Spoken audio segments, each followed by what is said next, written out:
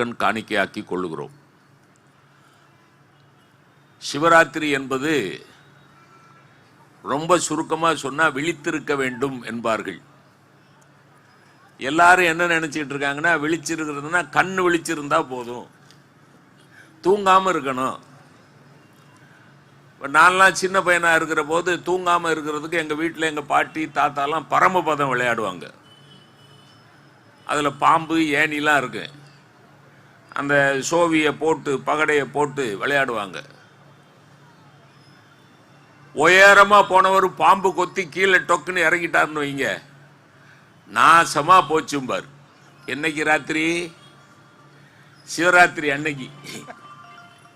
சிவராத்திரி அன்னைக்கு கண்ணு முழிச்சிருக்கணுங்கிறதுக்காக பரமபதம் விளையாண்டு பாம்பு கொத்திருச்சுன்னா நாசமா போச்சு. உடனே எங்க பாட்டி சொல்லும், உமக்கு இதுதான் நடக்கும், உங்களை பாம்பு தான் கொத்தும். என்ன விழாவுக்கு பேர் என்ன? சிவராத்திரி. அதை விட பெரிய கொடுமை ஒன்று உண்டு. இந்த சினிமா கொட்டகையில எல்லாம் சிவராத்திரியை முன்னிட்டு நடுநிசி காட்சி அப்படின்னு சினிமா போடுவான். சினிமாவில் வரக்கூடாத ஆட்டம் வரக்கூடாத பாட்டெலாம் வரும். அதை 10:30 மணிலேருந்து ராத்திரி 2 மணி 2:30 மணி வரைக்கும் சினிமா கொட்டையில் போய் உட்காந்து கண்ணு முழிச்சிருப்பாங்க. அதுக்கு பேர் சிவராத்திரி. பெரியோர்களே, நான் சொல்லுகிறேன், விழித்திருக்க வேண்டும் என்பது சிவராத்திரியினுடைய ஐதீகம், சாஸ்திரம். ஆனால் எது? இந்த கண்ணு விழித்திருக்க கூடாது, மனக்கண் அகக்கண் விழித்திருக்க வேண்டும். அந்த விழித்திருக்கிற அகக்கண்ணுக்குள்ளே சாட்சாத் சிவபெருமான் வந்து குடியிருக்க வேண்டும். அப்பதான் அதுக்கு பேர் சிவராத்திரி. நீங்க சிவனையே மறந்துட்டு சாஸ்திர சம்பிரதாயங்களை மட்டும் அனுஷ்டித்தீர்களானா அதுக்கு பேர் சிவராத்திரி கிடையாது. இன்னைக்கு ஏன் இவ்வளவு பெரிய விழா இந்த தமிழ்நாடு அரசு அறநிலையத்துறை ஏற்பாடு செய்திருக்கிறது? முதல்ல தமிழ்நாடு அரசினுடைய இந்து அறநிலையத்துறைக்கு நாம் வாழ்த்துக்களை தெரிவிக்க வேண்டும். ஏனென்றால் நம்முடைய மதத்தை, நம்முடைய பண்பாடுகளை, நம்முடைய பாரம்பரியத்தை, நம்முடைய பண்டிகைகளை கொண்டாட வேண்டும் என்பதற்கு இந்த அரசு முனைப்பு காட்டுகிறது என்பதற்காகவே நாம் பாராட்ட வேண்டும். இவ்வளவு பெரிய மேடை, இவ்வளவு பெரிய பிரம்மாண்டமான கூட்டம். ஏறத்தாழ நான் 52 ஆண்டுகளா பேசிக்கிட்டு இருக்கேன். எனக்கு தெரிய இவ்வளவு வெளிச்சத்தில் நான் பேசினதே இல்லை. ஏதோ சினிமா ஷூட்டிங் மாதிரி இவ்வளவு பெரிய வெளிச்சம் போட்டு பிரமாதமா படுத்தி இருக்கிறாங்க. இதெல்லாம் எதனால வந்தது? அறிவியலால வந்தது. இந்த மேடை இவ்வளவு அலங்காரமா இருக்கு, இந்த மைக் வச்சிருக்கிறாரு, அந்த வீடியோகிராஃபர் எடுக்கிறாரு, இதெல்லாம் எதனால வந்தது? அறிவியலால வந்தது. அறிவியல் வளர்ந்து கொண்டே போகிறது. சந்திரனுக்கு போறான், செவ்வாய் கிரகத்துக்கு போலாமான்னு நினைக்கிறான். அறிவியல் இவ்வளவு வளர்ந்துகிட்டே இருக்கையில மனித தன்மை குறைஞ்சுக்கிட்டே வருது. இதான் இன்னைக்கு தலைப்பு. இதுதான் அறிவு வளர்ந்துகிட்டே போறது, அன்பு குறைந்து கொண்டே வருகிறது. நீங்க எல்லா டிபார்ட்மெண்ட்லயும் அந்தந்த டிபார்ட்மெண்ட்டுக்குள்ள அறிவுள்ளவங்க தான் இருக்கிறாங்க இல்லையா? நீங்க go to any department, either private இல்ல கவர்மெண்ட், எந்த டிபார்ட்மெண்ட்டுக்கு வேணாலும் போங்க, எல்லா டிபார்ட்மெண்ட்லும் அந்தந்த துறை சார்ந்த அறிவுள்ளவர்கள் தான் இருக்கிறார்கள். அப்ப அறிவுள்ளவர்கள் இருக்கிற இடங்களில் அநியாயங்கள் நடக்கக்கூடாதுல்ல? என்ன சார்? அறிவுள்ளவர்கள் இருக்கிற இடத்தில் அநியாயங்கள் நடக்கக்கூடாது இல்லையா? நடக்குது.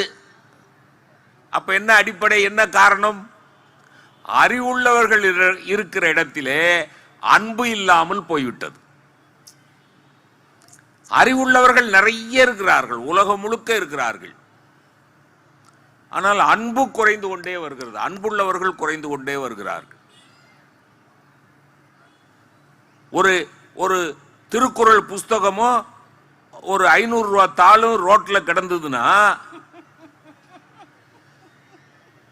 எதை எடுத்து பத்திரப்படுத்துவீங்க? சும்மா சொல்லுங்களேன், மனசாட்சிக்கு விரோதம் இல்லாம சொல்லுங்களேன். 500 ரூபா தானே எடுப்பீங்க?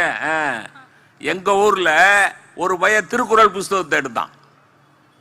எனக்கு நாடு இன்னும் ரொம்ப மொத்தமா கெட்டு போல இருக்க அப்படின்னு நான் அப்படி நினைச்சுக்கிட்டு டக்குன்னு 500 ரூபாய் எடுத்து திருக்குறள் புஸ்தகத்துல மறைச்சிட்டான். எப்படி? நன்றே தரினும் நடுவிகந்தா மாக்கத்தை அன்றே ஒளிய விடல்னு சொன்ன திருக்குறள் புத்தகத்துக்குள்ள எவன் பணத்தையே எடுத்து பதுக்குறான். அப்ப அறிவுள்ளவன் தான். ஏன்னா கையில வச்சுக்கிட்டு இருந்தா எவனாவது ஒருத்த வந்து இது ஏன் பணம்னு கேட்டுருவானோன்னு புத்திசாலித்தனமா எதுக்குள்ள மறைக்கிறான்? திருக்குறள் புஸ்தகத்துக்குள்ள மறைக்கிறான். வீட்டுக்குள்ள பாத்தீங்கன்னா சண்டை சச்சரவு, குடும்பத்துல பாத்தீங்கன்னா சண்டை சச்சரவு. சிங்கப்பூர் போறதுக்காக ஏர்போர்ட் போயிருந்தேன். ஒரு கணவனும் மனைவியும் வந்தாங்க. கணவனுடைய நண்பர் வந்துட்டாருன்னு சொல்லிட்டு மனைவிட்ட போர்டிங் பாஸ் நீ போட்டு வாமான்ட்டான். யாரு? கணவன். அந்த பொண்ணு போய் போர்டிங் பாஸ் போட்டுது. அங்க உள்ள அந்த பொண்ணு, போர்டிங் பாஸ் போடுற பொண்ணு சொல்லிச்சு, மேடம் நீங்க கொஞ்சம் லேட்டா வந்திருக்கிறீங்க, அதனால உங்களுக்கும் உங்க கணவருக்கும் பக்கத்து பக்கத்துல சீட் இல்ல, உங்களுக்கு 2வது ரோலையும் உங்க கணவருக்கு 5வது ரோலையும் தான் சீட் இருக்கு, பரவாயில்லையானா? பரவாயில்ல மேடம், வேற வழி இல்லைன்னா போடுங்கோ அப்படின்னு சொல்லிடுச்சு. போட்டாச்சு. அப்புறம் கணவர் வந்தார். போட்டியா போர்டிங் பாஸ்? போட்டியா? போட்டங்க. ஆனா அதுல ஒரு சின்ன சிக்கலுங்க, உங்களுக்கு எனக்கும் பக்கத்து பக்கத்துல சீட் இல்லைங்க, எனக்கு 2வது ரோலையும் உங்களுக்கு 5வது ரோலையும் போட்டிருக்காங்க. அப்படியா?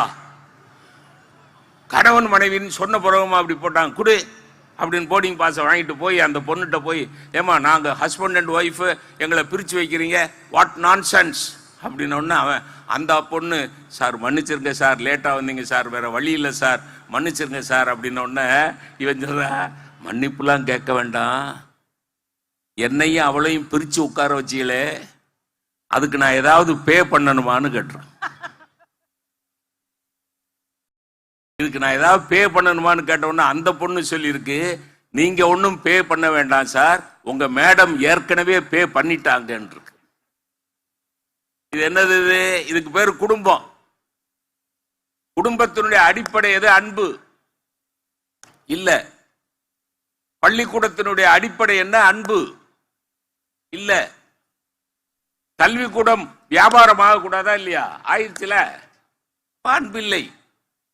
நீங்க எந்த துறைக்கு போங்க, மருத்துவத்துறை போங்க, காவல்துறை போங்க, நீதித்துறை போங்க, எந்த துறைக்கு போனாலும் அறிவுள்ளவர்கள் இருக்கிறார்கள், ஆனால் அன்புள்ளவர்கள் இல்லை. இந்த அன்பு வளர வேண்டும், இந்த அன்பு செழிக்க வேண்டும். திருவள்ளுவர் அன்புடைமை அப்படின்னு ஒரு அதிகாரம் எழுதினார், அறிவுடைமை அப்படின்னு ஒரு அதிகாரம் எழுதினார். அறிவுடைமைங்கிற அதிகாரத்துல அறிவை பத்தி அத்தனை விஷயங்கள் சொல்றார். அறிவு அற்றம் காக்கும் கருவிங்கிறார். எவ்வது உறைவது அறிவு, அவ்வது உறைவது அறிவுன்னு சொல்றார். எவ்வது உறைவது உலகம், அவ்வது உறைவது அறிவுங்கிறார். பின்னாடி நடக்க போறத முன்னாடியே நமக்கு தெரிவிக்கிறது அறிவுங்கிறார். ஆவது அறிவார், அறிவுடையார் ஆவது அறிவார். இவ்வளவு பெருமையா அறிவை பத்தி பேசின திருவள்ளுவர் இன்னா செய்யாமைங்கிற ஒரு அதிகாரத்துல ஒரே ஒரு குறள்ல அறிவை தூக்கி போட்டு மிதிச்சிடுறார். அறிவினால் ஆகுவது உண்டோ? பிரிதின் நோய் தன்னோய் போல் போற்றாக்கடை. அடுத்தவன் துன்பத்தை பார்த்து உனக்கு மனச்சங்கடம் வரலனா, அவன் துன்பத்தை போக்குறதுக்கு நீ தயாராக இல்லைனா, நீ என்ன படிச்சிருந்த என்ன, உன்கிட்ட எவ்வளவு அறிவு இருந்த என்ன, உன்னுடைய அறிவினால் ஒரு பிரயோஜனமும் இல்லை. உன்னிடத்தில் அன்பு இல்லை என்றால் உன்னுடைய அறிவினால் எந்த பிரயோஜனமும் இல்லை என்று திருவள்ளுவர் பாடினார். அப்ப அந்த அன்பு முக்கியமானது. உலகம் இயங்குவதற்கு அச்சாணியே அன்புதான். ஞாபகம் வச்சுக்கோங்க பெருமக்களே, நான் ஓப்பனா வெளிப்படையா சொல்றேன், உலகம் இயங்குவதற்கு அறிவு காரணம் அல்ல. உலகம் இயங்குவதற்கு காரணம் அன்பு. இப்ப டொனால்டு ட்ரம்ப்கிட்ட எது அறிவு இருக்கு? அன்பு இல்லை. அதனாலதான் அந்த நாட்டை பிடிப்பேன், இந்த நாட்டை பிடிப்பேன், அந்த நாட்டு மேல சாங்ஷன் போடுவேன், அந்த நாட்டுக்கு டாரிஃப் அதிகமா போடுவேன், வரியை அதிகமா விதிப்பேன், நான் தான் கொம்பேன். என்ன காரணம்? அறிவிற்கு அன்பில்ல. உலகம் முழுக்க இன்னைக்கு பிரச்சனைகளும் சண்டைகளும் சச்சரவுகளும் நடந்து கொண்டிருக்குன்னா காரணம் அன்பில்லை. பாரதிட்ட போய் கேட்டீங்கன்னா, அன்புடையார் இன்புற்று வாழ்தல் இயல்பு. என்ன அழகான வாக்கியம் தெரியுமா? எல்லாரும் இன்பமா இருக்கிறதுக்கு கார் வேணும், பங்களா வேணும், அழகான பொஞ்சாதி வேணும், அடக்கமான பிள்ளைங்க வேணும், பக்கத்து வீட்டுக்காரன் சண்டைக்கு வராம இருக்கணும், இதெல்லாம் இன்பமா இருக்கிறதுக்கு இதெல்லாம் வேணும். இப்ப நான் போய் ஒரு போட்டோகிராஃபர்கிட்ட என்னை அழகா படம் எடுங்கன்னா எப்படி? அவனே சிரிப்பானா இல்லையா? சார் என்ன சார் இருக்கிறது தானே சார் வரும். இதெல்லாம் இன்பம்னு நினைக்கிறான். நல்ல சட்டை, நல்ல துணிமணி, நல்ல சாப்பாடு, நல்ல பஸ், நல்ல ட்ரெயின், நல்ல ஏரோப்ளேன், எல்லாம் இன்பம்னு நினைக்கிறான். பாரதி ஒத்த வார்த்தையில சொன்னா, அன்புடையார் இன்புற்று வாழ்தல் இயல்பு. இன்பமாக வாழ வேண்டும் என்றால் அதுக்கு என்ன வேணும்? அன்பு வேணும். அன்பு செய்தல் தான் தவம். தவம்னா கண்ணை மூடிக்கிட்டு ஜடாமுடி வளர்த்துக்கிட்டு தாடி வளர்த்துக்கிட்டு எங்கேயாவது காட்டுல குகைக்குள்ள போய் உட்கார்ந்துக்கிட்டு அதுக்கு பேரு தவம் இல்லை. அன்பு செய்தலே தவம். அன்பிற்சிறந்த தவம் இல்லை பாரதி. அப்ப இந்த அன்பு குறைந்து கொண்டே வருகிறதே. இந்த அன்பை செழிக்க வைப்பதற்கு, இந்த அன்பு பயிரை செழிக்க வைப்பதற்கு எது தேவை? ஒரு பயிர் செழிக்கணும்னா உரம் வைக்கணும், தண்ணீர் பாய்ச்சணும்ல. தண்ணீரும் உரமுமாக இருப்பது எது? அன்பு பயிர் செழிப்பதற்கு தண்ணீரும் உரமுமாக இருப்பது எது? இந்த பக்கம் பார்த்தா ராஜாராம் சென்னையில வழக்கறிஞரா இருக்கிறார். இருந்தாலும் ஒரு மனுஷன் எந்திரிச்சு கும்பிடையில இப்படி அமைதியா இருக்கக்கூடாது. அவன் வேலை மணிக்கிட்டு எந்திரிச்சு கும்பிடுறான்ல, அது அந்த கும்பிடுறத அங்கீகரிக்கலாம்ல. எல்லாம் ஓம் சிவாய நமக. ஒருத்தர் எந்திரிச்சு கும்பிட்டாருன்னா அவருக்கு என்ன உட்கார்ந்து கால் வலிக்குதுன்னா எந்திரிக்கிறாரு? நான் அவரை அறிமுகப்படுத்துறேன், எந்திரிச்சு கும்பிடுறாருன்னா நீங்க ஒரு கை தட்டினீங்கன்னா அவருக்கு ஓகே, நம்ம கும்பிட்டதுக்கு ஒரு அர்த்தம் இருக்குன்னு யோசிப்பாரு. இப்ப இந்த அம்மாவை அறிமுகப்படுத்தல, அந்த அம்மா எந்திரிக்கிறதுக்கே யோசிக்கும். சபை அமைதியா இருக்கணும். அதுக்காக இவ்வளவு அமைதியா இருக்கக்கூடாது. மாக்கோ ராஜாராமன் வழக்கறிஞர் சென்னையில. அவர் அன்பு பயிர் செழிப்பதற்கு அடிப்படையா இருக்கிறது, நீரும் உரமுமாக இருப்பது பக்தி தான். அவரோட சேர்ந்து பக்தி தான் பேசுறதுக்கு நம்ம பேராசிரியை இலக்கியா அவர்கள் சென்னை அண்ணா ஆதர்ஷ் கல்லூரியில சமூக இயல், சோசியல் சயின்ஸ், அவங்க ரெண்டு பேரும் பக்தின்னு பேசினா, இந்த பக்கம் முனைவர் மஞ்சுளா மேடம், இவங்களும் சமூக அறிவியல் கல்லூரியில தான், சமூக பணி கல்லூரியில சமூக அறிவியல். அந்த பக்கம் இருக்கார் பாருங்க ஆஜானு பாகுவா சதீஷ்குமார், அவர் முனைவர் டாக்டர். அவரு எம்ஜிஆர் பல்கலைக்கழகத்தில் தமிழ் துறையில பணியாற்றுறார் சென்னையில். ஆன்மீகத்தில் இந்த வயசுலேயே ஆழங்கால் பட்டிருக்கிறார். ரொம்ப அருமையா பேசுவாங்க, 4 பேர் அருமையா பேசுவாங்க. நல்ல சபை. நல்ல சபைனா அவங்க பேசுற போது நீங்க அதை ஏத்துக்கிறீங்களா இல்லையாங்கிறத உங்க கைதட்டல் மூலமா சொன்னீங்கன்னா எனக்கு தீர்ப்பு எழுதுறதுக்கு வசதியா இருக்கு. நீங்க ரொம்ப அமைதியா ஐயோ பாவம் எல்லாம் மெட்ராஸ்ல இருந்து வந்திருக்குதுங்க பாவம் பரிதாபமா பார்த்துக்கிட்டு உட்கார்ந்துருந்தீங்கன்னு வைங்க, எனக்கு யாருக்கு தீர்ப்பு சொல்றதுன்னு தெரியாது. ஆகவே நீதிபதிக்கு தீர்ப்பு சொல்றதுக்கு உதவி செய்யணும். ஏன்னா நீதிமன்றங்கள் எல்லாம் எப்படியோ தீர்ப்பு சொல்லிக்கிட்டு இருக்கிற காலத்துல பட்டிமன்றத்திலேயாவது சரியான தீர்ப்பு சொல்லுவோமே. எங்க மதுரையில, நான் மதுரையில தான் பிறந்து வளர்ந்தேன். மதுரை கோர்ட்ல ஒரு கிராமத்துக்காரன் கொண்டாந்து ஒரு பொது நல வழக்கு போட்டான். என்ன வழக்கு தெரியுமா? எங்க கிராமத்துல குளத்தை ஆக்கிரமிச்சு வீடு கட்டிட்டாங்க, இந்த வழக்க விசாரிச்சு தீர்ப்பு சொல்லுங்கன்னா நீதிபதி அந்த வழக்க திறந்தே பார்க்காம தள்ளுபடி பண்ணிட்டார். அக்செப்டே பண்ணல, அதை ஏத்துக்கவே இல்லை. அவனுக்கு கோவம் வந்துட்டு, என்ன ஏசமா என்ன வழக்குன்னு விசாரிக்காம கொள்ளாம நீங்க பாட்டுல தள்ளுபடி பண்றீங்க, எங்க ஊர்ல குளத்துல வீடை கட்டிட்டாங்க, நீர் மழை பெஞ்சா தண்ணி வந்து தங்குறதுக்கு இடம் இல்ல, நான் அது தப்புன்னு சொல்றேன், நீங்க வழக்கை ஏத்துக்காம தள்ளுபடி பண்ணிட்டீங்களே அப்படின்னு ஒண்ணு நீதிபதி சொன்னாரு. இந்த வழக்குக்கெல்லாம் என்னால தீர்ப்பு சொல்ல முடியாது, குளத்துல வீடு கட்டினது தப்புன்னு என்னால தீர்ப்பு சொல்ல முடியாது, ஏன்னா மதுரை கோர்ட்டே குளத்துல தான் கட்டி இருக்கணும். புரியுதுங்களா? இதான் நிலைமை, இதான் நிலைமை. இந்த நிலைமையில பட்டிமன்றம், இந்த பட்டிமன்றத்துல ஒரு தீர்ப்பு, அந்த தீர்ப்புக்கு நீங்க உதவி செய்யணும். ஓகே, கூட்டமா கூடக்கூடாது. எப்பவுமே கூட்டமா கூடுனா என்ன அர்த்தம் தெரியுமா? கூடி இருந்து குளிரடும். மகாகவி பாரதி சொல்லுவான், கூட்டத்தில் கூடி நின்று கூவி பிதற்றி விட்டு நாட்டத்தில் கொள்ளாரடி கிளியே. சும்மா கூட்டமா உட்கார்ந்து விட்டு வேடிக்கை பார்த்துட்டு போக கூடாது, அது நோக்கம் அல்ல. அது ஒரு டிராமாவை சினிமாவை வேடிக்கை பார்க்கலாம், பட்டிமன்றத்தை வேடிக்கை பார்க்க கூடாது. பட்டிமன்றத்தை ரசிக்கணும், அனுபவிக்கணும், மனசுக்குள்ள வாங்கணும், மூளைக்குள்ள ஏத்தணும்.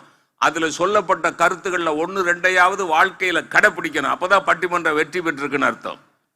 அதனால பெரியோர்களே, 4 அறிஞர்கள் உங்களுக்காக பேச போகிறார்கள். அவர்களுக்காகவும் தான் எனக்காகவும் தான் பேச போகிறார்கள். நீங்கள் அவர்களுக்கு ஆதரவு தர வேண்டும் என்று கேட்டுக்கொண்டு, அன்பு பயிர் செழிப்பதற்கு பெரிதும் துணையாக இருப்பது பக்தியா தொண்டா என்கிற இந்த தலைப்பில் பக்தியே என்கிற அணி துவங்குகிறது. அந்த அணியின் முதல் பேச்சாளராக வழக்கறிஞர் ஆக்கோ ராஜாராமன் அவர்கள். உலகத்தின் மைய புள்ளி எங்கு இருக்கிறது என்று கேட்டால் அறிவியல் வெவ்வேறு விடைகளை சொல்லும். ஆனால் உலக ஆன்மீகத்தின் மைய புள்ளி எங்கே இருக்கிறது என்று கேட்டால் ஒரே ஒரு விடைதான் வரும், அது திருவண்ணாமலை என்று விடை வரும். நாம் தூக்கத்தில் தொலைக்கிற அத்தனை ராத்திரிகள் இருக்கிற பொழுது தூக்கம் தொலைந்து துக்கம் தொலைங்கிற ஒரு ராத்திரி இருக்கிறது என்றால் அது சிவராத்திரி. அந்த சிவராத்திரியில் எங்கள் ஐயா சொன்னதை போல விழிப்போடு மட்டுமில்லாமல் விழிப்புணர்வோடும் இருக்கிற திருவண்ணாமலை வாழ் மக்களுக்கு அன்பு கலந்த வணக்கங்களை பரிமாறிக்கொள்ளுகிறேன். இந்த ஊர் மட்டும்தான் கிரிவலத்திற்கு மட்டுமா பெருமை வாய்ந்தது, மலைவளத்திற்கு மட்டுமா பெருமை வாய்ந்தது, மனவளத்திற்கும் பெருமை வாய்ந்தது. இது சித்தர்கள் வாழுகிற பூமி. சேஷாத்ரி சுவாமிகள், ரமண மகரிஷி, இசக்கி சுவாமிகள், இடைக்காடர், இன்னும் எத்தனை சித்தர்கள் அடிக்கொரு லிங்கம் அமைய பெற்றிருப்பதாய் ஆன்மீகம் சொல்லுகிற கருத்து. அதனால் தான் காலணி அணியாமல் மக்கள் மலைவலம் வருகின்றனர். அதனால் தான் இவர்கள் மனம் முழுவதும் சுத்தமாகவே இருக்கிறது. அத்தனை சுத்த மனதுக்காரர்கள் அத்தனை பேருக்கும் என் அன்பு கலந்த வணக்கங்களை சொல்லிக் கொள்ளுகிறேன். ஐயா, மிக அருமையான ஒரு தலைப்பு சொன்னீங்க, அன்பு பயிர் செழித்து வளர எது தேவை என்று. நீங்க அதே மாதிரி ஒரு விஷயத்தையும் சொன்னீங்க, ஏன் இன்னைக்கு குடும்பங்கள்லாம் குடும்பங்களா இல்லைன்னு சொன்னீங்க. இன்னைக்கு வழக்குக்காக வருகிற அத்தனை பேரும் தந்தையும் மகனுமாக பிறந்து, ஆனால் அவர்கள் பிரதிவாதிகளாக வாதிகளாக உருமாறுகிற விஷயத்தை தினந்தோறும் நான் வழக்கு மன்றங்களிலே பார்த்து கொண்டிருக்கின்றேன். அந்த குடும்பங்களில் எது இல்லை? சமூகத்துல இன்னைக்கு யாராவது அடிபட்டு விழுந்து கிடந்தால் கூட கண்டுக்காம போறமே, இந்த சமூகத்தில் எது இல்லை? தொண்டு இல்லையா? தொண்டுலாம் இருக்குங்கய்யா, நிறைய அமைப்பு ரீதியா சேவை பண்ணிக்கிட்டு இருக்கோம். ஆனா அன்பு தான் இல்லை. அடிப்படையில் அன்பு இல்லை. இந்த அடிப்படையில் அன்பு இல்லை என்பதற்கு எது குறைந்து போனது தெரியுமா? பக்தி குறைந்து போனதுதான் காரணமாக இருக்குமோ என்று நான் அஞ்சுகிறேன். அதனால் அன்பு பயிர் செழித்து வளர வேண்டும் என்றால் பக்தி தான் மூல உரமாக இருக்க வேண்டும். நமக்கு தெரியும், சிவராத்திரியில சிவனை பற்றி சிந்திக்கிற பொழுது கண்ணப்ப நாயனாரை நாம் கருத்தில் இருந்து எடுத்து விட முடியுமா? ஒரு வேடுவ குலத்துல பிறந்தவன். நம்ம காளஹஸ்திக்கு போயிருக்கோம் இல்லையா? காளஹஸ்திக்கு மேல ஒரு குன்றுல நம்மளோட காலத்தி வேடனுடைய சிலையோடு கூடிய அந்த சிவலிங்கம் இருக்கும். அதை பார்த்து தரிசனம் பண்ணிட்டு வரக்கூடிய வாய்ப்பு எல்லோருக்கும் கிடைக்கணும்னு நான் திருவண்ணாமலை வாழ் அண்ணாமலையாரை வேண்டிக்கிறேன். அந்த கண்ணப்பன் அவனுக்கு கொல், குத்து, கிழி இதை தவிர வேற எந்த வார்த்தையும் தெரியாது. அப்படிப்பட்ட வேடுவனாக பிறந்து ஒரு நாள் அந்த பொன்பகலி ஆறு புரள்கிறார் அந்த மலைக்கு மேல போறான். பார்த்த உடனே ஒரு சிவலிங்கம் இருக்கிறது. அவனுக்கே தெரியாம ஒரு அன்பு புறப்பட்டு வருகிறது. இந்த சிவலிங்கத்தை பார்த்ததும் ஏதோ நம்ம முன்ஜென்மத்துல தொலைத்த ஒரு தாய் தகப்பனை பார்த்த ஒரு பாசம் தெரியுமே, அந்த பாசத்தோடு அன்பு மிளிர போய் பார்க்கிறான். அந்த தனியா இருக்கிற சாமிக்கு நம்ம தான் துணையா இருக்கணும்னு முடிவு பண்ணிட்டான். என்னைக்கா நம்ம நினைச்சிருப்போமா? என்னைக்காவது கோயிலுடைய கருவறை உள்ள போயிட்டு இந்த சாமி தனியா இருக்குது, நம்ம ஒன்னா இன்னைக்கு ஒரு ராத்திரி இருக்கலாம் அப்படின்னு யாராவது நினைச்சிருப்போமா? கண்ணப்பனுக்கு அந்த அன்பு தோன்றி இருக்கு. காட்டுல நீ மட்டும் எப்படி சாமி தனியா இருப்ப, நான் உனக்கு கூட இருக்கேன். கூட இருந்தான். காலையில பார்த்தான், நம்ம காலையில குளிப்போம், இந்த சாமி குளிக்காம இருக்கு. போனா கையில எந்த பாத்திரமும் கிடையாது, வாயில தண்ணி முகண்டு வந்து அது கிட்ட கொடுத்தா. அது மேல அப்படியே உமிழ்ந்தான். தலை பூலாம் இந்த மாதிரி பூலாம் பறிச்சு எடுத்துட்டு வரணும். எங்க எப்படி எடுத்துட்டு வர்றதுன்னு தெரியல. அவனுடைய சடை முடியில சில பூக்களை சூடிக்கிட்டான். கை நிறைய பூ எடுத்துட்டு வந்தான், கொடுத்தான். கண்ணப்பன் ஒப்பதோர் அன்பில்லை கண்டபின் என்று ஒரு சான்று கொடுக்கிறாங்க இல்லையா? அப்ப அன்பு இருக்கிற இடத்தில் தான் பக்தி பிறக்கும், பக்தி இருக்கிற இடத்தில் தான் அன்பு பிறக்கும். அருமை அருமை. பக்தி இல்லாத இடத்தில் அன்பு வராது. அது எப்படியாப்பட்டதா இருக்கும் தெரியுமா? பக்தி இல்லாத இடத்தில் வருகிற அன்பு எப்படி இருக்கும் என்றால் ஆணவத்தோடு இருக்கும். அதனாலதான் பாருங்க, டியூப் லைட்டை ஸ்பான்சர் பண்ணிட்டு அவன் அம்புகூறி போட்டு எழுதுவான், நீங்கள் மேலே தெரிகிற மின்விளக்கை உபயமாக கொடுத்தவர் யாருன்னு அப்படியே ஒரு முழத்துக்கு பேரு, அவங்க தாத்தா பேரு தெய்வத்திரு வானுரையும், அப்புறம் அவங்க தாத்தாக்கு முப்பாட்டனார் பேரெல்லாம் போட்டு அவனுடைய முகவரி எழுதி வச்சிருப்பான். தொண்டு முகவரி தேடும், அன்பு பக்தி முகவரியை தேடாது, அது அகவரியை தேடும். அருமை அருமை. இல்லனா ஐயா பக்தி என்ன செய்யும் நான் சொல்றேன் பாருங்க. நீங்க நிறைய விஷயங்களை வெளியில போய் தேட தேட தேட நீங்க உங்களுக்குள்ள இருக்கிற ஆன்ம தேடலை மறந்து விடுகிறீர்கள். திருவண்ணாமலை அதை தான் சொல்லுகிறது. இங்கு இருந்துதான் ஒரு மகரிஷி சொன்னார், நான் யார் என்று நீ கேள். நான் யார்னு கேட்டுட்டா என்ன விடை கிடைக்கும்? நான் ஒரு தனி மனிதன் இல்லை, இந்த உடம்புக்கு தான் சொக்கா போட்டுக்கிட்டு இருக்கேன், வேட்டி கட்டிக்கிட்டு இருக்கேன். ஆன்மாக்கு அலங்காரம் தேவையில்லை. ஆன்ம விசாரம் நடக்கிற பொழுது இந்த மனித உருவத்தில் இருக்கிற அனைவருக்குள்ளும் இருக்கிற ஆன்மாவை தரிசிக்க தொடங்குவேன். நானும் நீங்களும் இவர்களும் ஒரே ஆன்மா என்று நான் அறிந்து கொண்டால் அன்பு பயிர் தானாக செழித்து வளரும். இதுக்கெல்லாம் எது தடையா இருக்குன்னு சொன்னா, நீங்க சொன்னீங்களே அன்பினால் ஆகுவதுண்டோ, அறிவினால் ஆகுவதுண்டோ, பிரிதின் நோய் தன்னோய் போல் போற்றா கடை என்று. அறிவு எங்க செயல்படணும்னா, ஒருத்தனுக்கு வலிக்குதுன்னா தனக்கும் வலிக்கும், தனக்கு வலிச்சா இன்னொன்னுக்கும் வலிக்கும் அப்படின்னு இருக்கணும். ஆனால் அறிவு தடையாக இருக்கிறது. எது உறுதியாக இருக்கிறது, எது உதவியாக இருக்கிறது என்றால் பக்தி தான் உதவியாக இருக்கிறது. ஔவையாருடைய ஆத்திச்சூடி தெரியும் இல்லையா நமக்கு? அதுல ஐ என்கிற எழுத்துக்கு அவ்வை என்ன சொல்றா? ஐயமிட்டு உண்ணுன்னு சொல்றா. ஏ அப்படின்ற விகாரத்துக்கு என்ன சொல்றா? ஏற்பது இகழ்ச்சின்றா இல்லையா? ஐயா ஐயமிட்டு உண்ணுன்னு சொன்ன அதே அவ்வை அதற்கு முரணா ஏற்பது இகழ்ச்சின்றாலே. இது அவ்வை ஏற்படுத்திய முரணா? கிடையாது. ஐயமிட்டு உண் என்று சொன்னது இதயத்திற்கு, ஏற்பது இகழ்ச்சின்னு சொன்னது மூளைக்கு. நீங்க அன்பு பயிர் செழித்து வளரும்னா இதயத்தில் இருந்து சிந்திக்க வேண்டும், மூளையின் வகையாக சிந்திக்க கூடாது. உங்கள் தொண்டு என்ன தெரியுமா செய்யும்? எல்லாவற்றையும் மூளை வழியாகவே சிந்தித்து சிந்தித்து சிந்தித்து அப்புறப்படுத்தும், உங்களை ஆணவப்படுத்தும். ஆனால் பக்தி அப்படி கிடையாது. பக்தி உங்களை அன்பின் ஜோதியாக மாற்றி அனைவருக்குள்ளும் இருக்கிற ஆன்மாவை தரிசிக்க சொல்லும். எனவே அன்பு பயிர் செழித்து வளர எப்போதும் உரமாகவும் மண்ணாகவும் காற்றாகவும் ஒளியாகவும் இருப்பது பக்தியே என சொல்லி இடம் சாருகிறேன். நன்றி, வணக்கம். அருமை அருமை அருமை, அழகா பேசியிருக்கிறார். அதாவது சர்வேஸ்வரன் மேல வைக்கிற அன்புக்கு தான் பெயர் பக்தி. அவ்வளவுதான், ரொம்ப சிம்பிள். எல்லா அன்புக்கும் ஒரு பெயர் வச்சிருக்கிறோம். பெத்தவங்க புள்ள மேல வைக்கிற அன்புக்கு பேர் பாசம். ஒரு இளைஞன் இளம் பெண் மேல வைக்கிற அன்புக்கு பெயர் காதல். ரெண்டு இளைஞர்கள் ஒருவர் மேல் ஒருவர் வைத்துக் கொள்ளுகிற அன்புக்கு பெயர் நட்பு. அது மாதிரி சர்வேஸ்வரன் மேல் வைக்கிற அன்புக்கு பெயர் பக்தி. அந்த பக்தி தான் அன்பு பெயரை செழிக்க வைக்கும். அதுக்கு ஒரு உதாரணம் கண்ணப்ப நாயனார், அது பெஸ்ட் எக்ஸாம்பிள். கண்ணப்பன் ஒப்பதோர் அன்பின்மை கண்டபின். அதை விட பெரிய புராணத்துல பாத்தீங்கன்னா அந்த காட்டுக்குள்ள அங்கே இங்கே ஓடி ஆடி அலைகிற அந்த கண்ணப்ப நாயனாரை பத்தி சேக்கலார் பெருமான் எழுதுறது என்னன்னா, அன்பு பிழம்பாய் திரிந்தார். எப்படி?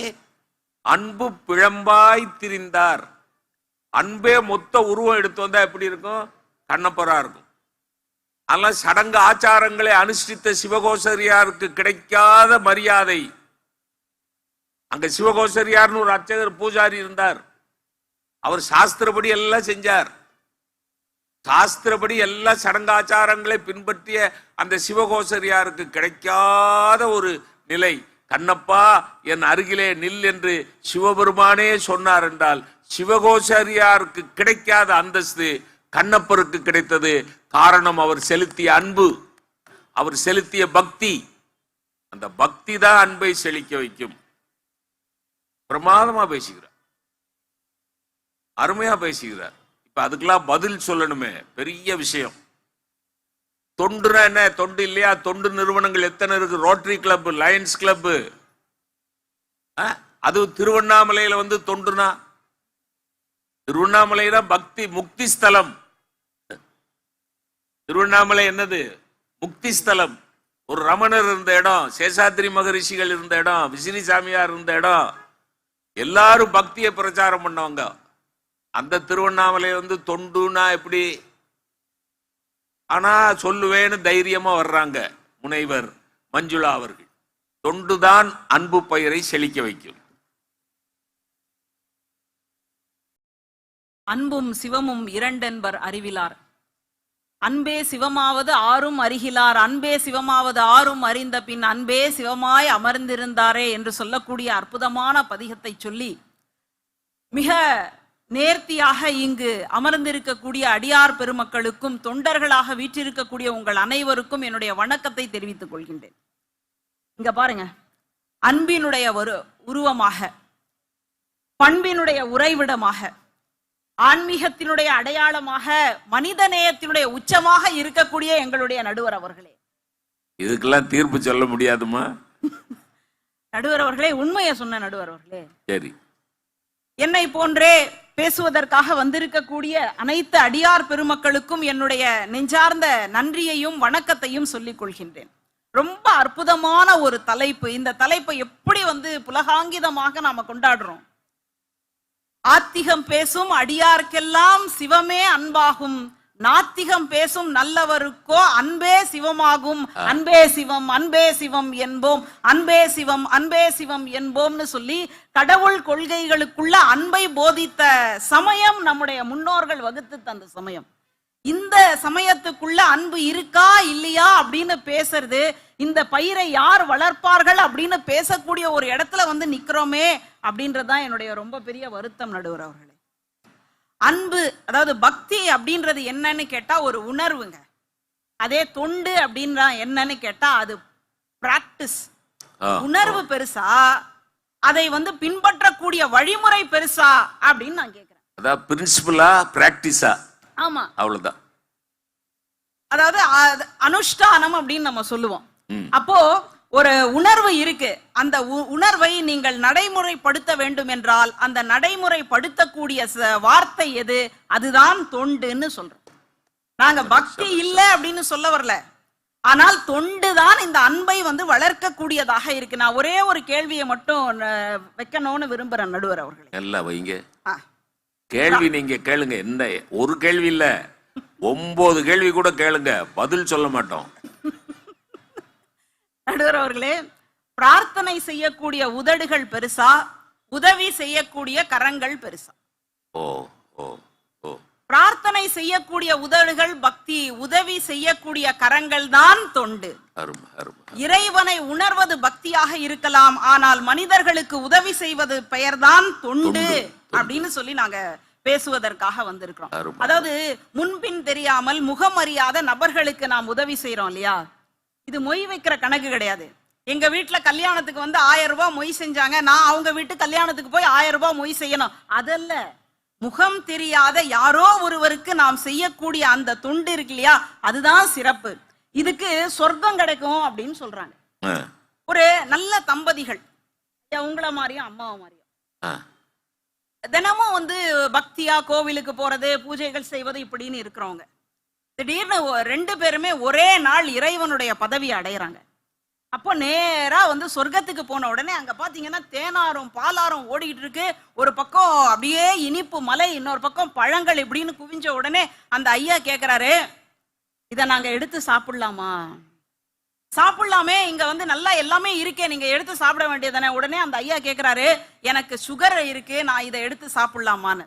உடனே அவர் சொல்றாரு, சொர்க்கத்துல சுகரும் கிடையாது, பிபியும் கிடையாது, எந்த நோயுமே கிடையாது, யார் வேண்டுமானாலும் எதை வேண்டுமானாலும் எடுத்து சாப்பிடலான்னு. உடனே அவர் தன்னுடைய மனைவியை பார்த்து சொல்றாரு, அடி பாவி, எனக்கு வந்து பத்தியம்னு சொல்லி இவ்வளோ நாள் உயிரோட வச்சு இதெல்லாம் சாப்பிட முடியாம பண்ணிட்டு அடி பாவின்னு சொன்னாராம். அது அப்போ ஒரு சொர்க்கத்தை கூட எப்படி அனுபவிக்கணும் அப்படின்னு சொல்லக்கூடிய ஒரு இடத்துல நம்ம இருக்கிறோம். அதனால ஒரு தொண்டு செய்யக்கூடிய அந்த தம்பதிகளுக்கு, தொண்டு செய்யக்கூடிய மனிதர்களுக்கு எது உறுதின்னு சொன்னா சொர்க்கம் என்பது உறுதி. இதை ஏன் நான் மறுபடியும் சொல்றேன் அப்படின்னா, பெரிய புராணத்துல அப்பூதி அடிகள்னு ஒரு அடிகள், ஒரு நாயன்மார். இந்த நாயன்மார் என்ன பண்றார், தன்னுடைய பிள்ளைகளுக்கு தான் வைத்திருக்கக்கூடிய தண்ணீர் பந்தலுக்கு எல்லாத்துக்குமே ஒரே ஒரு பேரை தான் வச்சிருக்காரு. தென்னாடுடைய சிவனே போற்றின்றோம், அந்த பேரை வைக்கல. அதற்கு பதிலாக திருநாவுக்கரசர்னு பேர் வைக்கிறார். அவருக்கு நிறைய பிள்ளைகள். அப்போ மூத்த திருநாவுக்கரசு, இளைய திருநாவுக்கரசு, நடு திருநாவுக்கரசு, திருநாவுக்கரசு தண்ணீர் பந்தல் அப்படின்னு வச்சுக்கிட்டே வர்றார். எனக்கு ரொம்ப நாளா சந்தேகம், ஞான சம்பந்தரை நம்ம கொண்டாடுறோமே, தோடுடைய செவியன் விடையேறியோர் தூவெண் மதிசூடி காடுடைய சுடலை பொடி பூசி என் உள்ளங்கவர் கல்வன் ஏடுடைய மலரான் முனைநான் பணிந்தேத்தவருள் செய்த பீடுடைய பிரம்மாபுரமேவிய பெம்மான் இவனன்றேன்னு பாடினாரே 3 வயசுல. அவரை கொண்டாடி இருக்கணுமே, ஏன் இவர் திருநாவுக்கரசருடைய பேரை சூட்டினார்னு சொன்னா, திருநாவுக்கரசர் ஒரு பாட்டை கொடுக்குறாங்க, என் கடன் பணி செய்து கிடப்பதே. அங்க எங்க அணியில நானும் தம்பி சதீஷும் என் கடன் பணி செய்து கிடப்பதேன்றோம். ஆனா இவங்க 2 பேரும் என் கடன் பணி செய்து கெடுப்பதேன்னு இருக்கிறாங்க. இதுதான் பக்திக்கும் தொண்டுக்கும் இருக்கக்கூடிய வித்தியாசம் அப்படின்னு நான் சொல்ல நினைக்கிறேன். அதனால இந்த திருநாவுக்கரசருடைய உழவார பணியை தன்னுடைய தலைமேல் கொண்டதனால தன்னுடைய பிள்ளைகளுக்கும் தான் செய்யக்கூடிய தொண்டுகளுக்கும் என்ன பேர் வைக்கிறாருன்னு பாத்தீங்கன்னா, திருநாவுக்கரசர்னு தான் பேரே வைக்கிறாருன்னு பாக்குறோம். அடுத்ததாக வழக்கறிஞர் வந்து சொல்லிட்டு கண்ணப்பன் அவர்களினுடைய மிகச்சிறந்த பக்தியை பத்தி சொன்னார். நாங்க அந்த பக்திக்கெல்லாம் மாற்று கருத்தே சொல்லவே இல்லை. ஆனா ஒரே ஒரு சந்தேகம் தான் நடுவர் அவர்களே, இந்த சிவராத்திரியிலாவது அந்த சந்தேகத்தை தீர்த்துக்கணும் இல்லையா? இப்ப கண்ணப்பனுடைய பக்தியை இந்த உலகத்துக்கு நிலைநாட்டணும் அப்படின்னு எம்பெருமான் பரம்பொருள் சிவபெருமான் நினைத்ததற்கான காரணம் என்னன்னு கேட்டா, அந்த கோவில்ல ஏற்கனவே ஒரு பூசாரி பூஜை பண்ணிட்டு இருக்காரு. ஆமா. இப்ப பூஜாரிக்கு என்ன ஆயிடுச்சுன்னா, நான் செய்யற பக்தி பெருசா, கண்ணப்பன் செய்யக்கூடிய பக்தி பெருசா? நான் ஆச்சாரமாக, நான் தூய்மையாக, நான் ரொம்ப பவ்யமாக எல்லாம் கொண்டு வந்து அபிஷேகமும் ஆராதனைகளும் செய்யறேன். ஆனா இந்த கண்ணப்பன் ஒரு வேடன், அவனுக்கு ஒரு நாகரிகம் உண்டா? அவன் காலால எம்பெருமானுடைய திரு முகத்தை அப்படியே காலால மிதிக்கிறானேன்னு சொல்லி அவர் நினைக்கின்றார். அப்போ பக்தின்னு வந்தா உங்களுக்குள்ள என்ன வரும்னா பிரச்சனை வரும். ஏன் பக்தி பெருசா, உன் பக்தி பெருசா? ஆணவம் வந்துடும். நான் 4 மணிக்கு எழுந்து குளிச்சேன் தெரியுமா, நான் 4 மணிக்கு இது கோவில்ல மணி அடிச்சேன் தெரியுமா அப்படின்னு வரும். ஆனால் தொண்டு இருக்கு பாருங்களேன், அடா அடா அடா அடா அடா. இன்னைக்கு நம்முடைய தேசத்துக்காக விடுதலைக்காக போராடிய வஉசி அப்படின்னு சொல்லக்கூடிய வஉ சிதம்பரனாரை நம்ம நினைச்சு பாக்குறோம் இல்லையா? என்ன காரணம்? கப்பலோட்டிய தமிழன். என்னுடைய தமிழ் மக்கள், என்னுடைய இந்திய தேசத்து மக்கள் வெளிநாட்டவர்களுடைய கப்பல்ல பயணம் செய்யக்கூடாது, நம்முடைய கப்பல்லையே பயணம் செய்யணும் அப்படின்றதுக்காக தன்னுடைய சொத்துகளையும் சுகத்தையும் விற்று அதில இருந்து ஒரு கப்பலை கொண்டு வந்து தன்னுடைய மக்களுக்காக கொடுத்தார் இல்லையா? இது எத்தனை பெரிய தொண்டு, பிரதிபலன் பார்க்காத ஒரு தொண்டு அப்படின்னு நம்ம பாக்குறோம். சாட்சி இல்ல அப்படின்றதுனால தப்பு செய்யறவங்கள பார்த்திருப்போம். சாட்சியே இல்லாமல் போனாலும் கூட தப்பு செய்யாம இருக்கிறாங்க இல்லையா? அவர்கள் தான் தொண்டர்கள் நடுவர். அருமை அருமை. அப்படிப்பட்ட தொண்டை தானே ஐயா கூட சொன்னார், பக்தியின் காரணமா ஒரு டியூப் லைட்டை எழுதி அதுல வந்து பேர்கள் எல்லாம் எழுதிடுறாங்க. அப்படி இல்லை. அதனால தொண்டர்கள் அப்படின்றவங்க இந்த தொற்று நோய் காலங்கள்ல, கோவிட் மாதிரியான தொற்று நோய் காலங்களை எப்படியெல்லாம் உழைச்சிருக்கிறாங்க அப்படின்றத நம்ம பாக்குறோம். நான் இந்த அளவுக்கு தொண்டு பத்தி சொல்றேன் அப்படின்னு சொன்னா, அன்பை வளர்க்கக்கூடியது தொண்டுதான்னு சொல்றேன்னு சொன்னா, நான் வந்திருக்கக்கூடிய அந்த கல்லூரியே ரொம்ப பெரிய உதாரணம். எங்க சென்னையில எழும்பூர்ல Madras school of social work, Chennai சமூக பணி கல்லூரின்னு ஒண்ணு இருக்கு. அதை நிறுவியார் ஒரே ஒரு பெண்மணி தான். அந்த அம்மாவுக்கு மேரி கிளப்வாலா ஜாதவ்னு பேரு.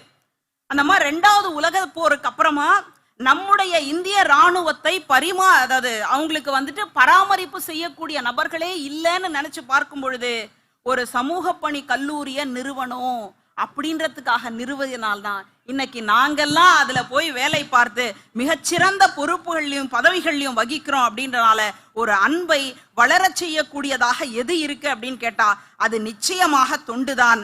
ஒரு சாதாரண தண்ணீர்ல பக்தி கலந்தால் தீர்த்தமாகலாம், சாதாரண தண்ணீர்ல பக்தி கலந்தால் தீர்த்தமாகலாம். ஆனால் எல்லோருக்கும் குடிநீர் கொடுக்கக்கூடிய ஒரு குளமாக மாறணும்னு சொன்னா அதற்கு தொண்டுதான் வேண்டும். சாதாரண உணவுல பக்தி கலந்தால் பிரசாதமாக மாறலாம். அந்த பிரசாதம் ஏழைகளுடைய வயிற்றுல உணவாக மாறணும், அன்னதானமாக மாறணும்னு சொன்னா தொண்டுதான் வேண்டும். இப்படித்தான் ஒரு சாதாரண பேச்சு, ஒரு சங்கம் என்பது பக்தி கலந்தால் பிரசங்கமாக மாறலாம். ஆனால் ஏழை பிள்ளைகளுடைய கல்வி சாலைகளாக மாறணும்னு சொன்னா அதற்கு தொண்டுதான் வேண்டும் என்று சொல்லி ஒரு அன்பு பயிரை பிரார்த்தனை செய்யக்கூடிய உதடுகளை விட தன்னுடைய கரங்களால் உதவி செய்யக்கூடிய தொண்டு தான் அன்பு பயிரை வளர செய்யக்கூடியது அப்படின்னு சொல்லி இப்படி ஒரு நல்ல வாய்ப்பை கொடுத்த இந்த அனைத்து நல்ல உள்ளங்களுக்கும் எங்களுடைய நடுவர் பெருமானுக்கும் மீண்டும் நன்றி. விண்ணுற அடுக்கிய விறகின் வெவ்வழல் உண்ணிய புகிலவன் ஒன்றும் இல்லையாம் பண்ணிய உலகினின் பண்ணிய பாவத்தை நன்னி நின்றறுப்பது நமச்சிவாயவே. நன்றி, வணக்கம். அதாவது கோயிலுக்குள்ள போய் செய்யறது பக்தி, நான் சொன்னபடி சர்வேஸ்வரன் மேல வைக்கிறது பக்தி, சக மனிதன் மேல வைக்கிறது தொண்டு. அவ்வளவுதான். நீங்க கோயிலுக்குள்ள போய் அர்ச்சனை அபிஷேகம் ஆராதனை எல்லாம் 10,000 ரூபாய் 20,000 ரூபாய் செலவழிச்சிட்டு வெளியில பிச்சைக்காரன் யாராவது அம்மா தாயே அப்படின்னா சி நாயே, அவன் தாயேங்கிறான், சி நாயே. அவர் அதுல பக்கத்துல இருக்க போலீஸ்காரரை கூப்பிட்டு, sir what is this nuisance, எது பிச்சைக்காரன் நியூசன்ஸா, நியூசன்ஸ், கோயில் வாசல்ல எப்படி இப்படிலாம் அலோவ் பண்றீங்க, துரத்தி விடுங்க சார். இவர் உள்ள போய் என்ன பண்ணிருக்கார், கோயிலுக்குள்ள போய் என்ன பண்ணிருக்கார், இவர் என்ன பண்ணார், கோயில்ல போய் என்ன பண்ணார், எங்க என்னங்க பண்ணாரு, கைய வச்சுக்கிட்டு தாயே பராசக்தி என் பொஞ்சாதி என் பேச்ச கேட்க மாட்டேங்கிறா தாயே, ஏதாவது செஞ்சு காப்பா, நீயும் பிச்சை தானே எடுத்த, you are inside beggar, he is outside beggar, அவ்வளவுதானே. நீ உள்ள போய் பிச்சை எடுக்கிற, அவன் வெளியே நின்று பிச்சை எடுக்கிறான். சார் நீங்க 1000 அர்ச்சனை பண்ணுங்க, 1000 ஆராதனை பண்ணுங்க, வெளியில நிக்கிற ஏழைய கட்டி பிடிச்ச அவனுக்கு ஒரு 10 ரூபா 20 ரூபா கொடுக்கலன்னா நீங்க செஞ்ச அர்ச்சனைக்கு அபிஷேகத்துக்கு அர்த்தமே இல்லை சார். அதுதான் இந்த அம்மா இன்னைக்கு பிரமாதமா பேசிக்கிறோம். பாரதிட்ட போய் கேட்டீங்கன்னா ஒத்த வரியில சொல்றான், அன்ன சத்திரம் 1000 நாட்டலின் ஆலயம் 10,000 கட்டலின் அன்ன யாவினும் புண்ணியம் கோடி ஆங்கோர் ஏழைக்கு எழுத்தறிவித்தல். நீ பெரிய கோயில்லாம் கட்ட வேண்டாயா, ஒரு ஏழை பிள்ளைக்கு பாடம் சொல்லி கொடுயா, அதுதான் பெரிய புண்ணியம், அதான் அன்பு பயிரை செழிக்க வைக்கணும் பேசியிருக்கிறார் பாரதி. இன்னைக்கு அருமையான பேச்சு. முனைவர் மஞ்சுளா பேசின பிறகு இலக்கியா பேசுறது கஷ்டம். ஆனா பாப்போம், முயற்சி பண்ணுவாங்க. முயற்சி திருவினை ஆக்கும். ஆகமா பக்தியே.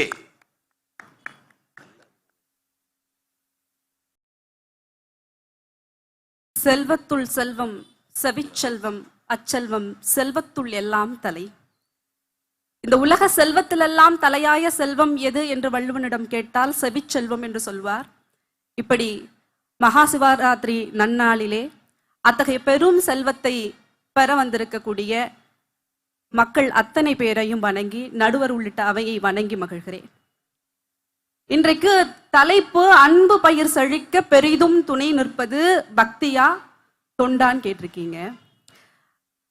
பக்தி என்பது என்ன அப்படின்னு பாரதி கிட்ட கேட்டா பாரதி சொல்வார், பக்தி உடையார் காரியத்தில் பதறார், மிகுந்த பொறுமையுடன் வித்து முளைக்கும் தன்மை போல் மெல்ல செய்து பயனடைவார்.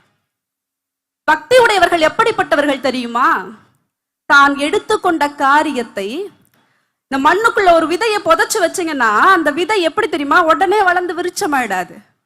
அப்படியே மெல்ல மெல்ல வளர்ந்து அந்த மண்ணை பிளந்து கொண்டு மெல்ல மெல்ல வளர்ந்து ஒரு பெரும் விருட்சமாக மாறிவிடும் இல்லையா? அப்படிப்பட்டவர்கள் தான் பக்தி உடையவர்கள் என்று பாரதி சொல்வார்.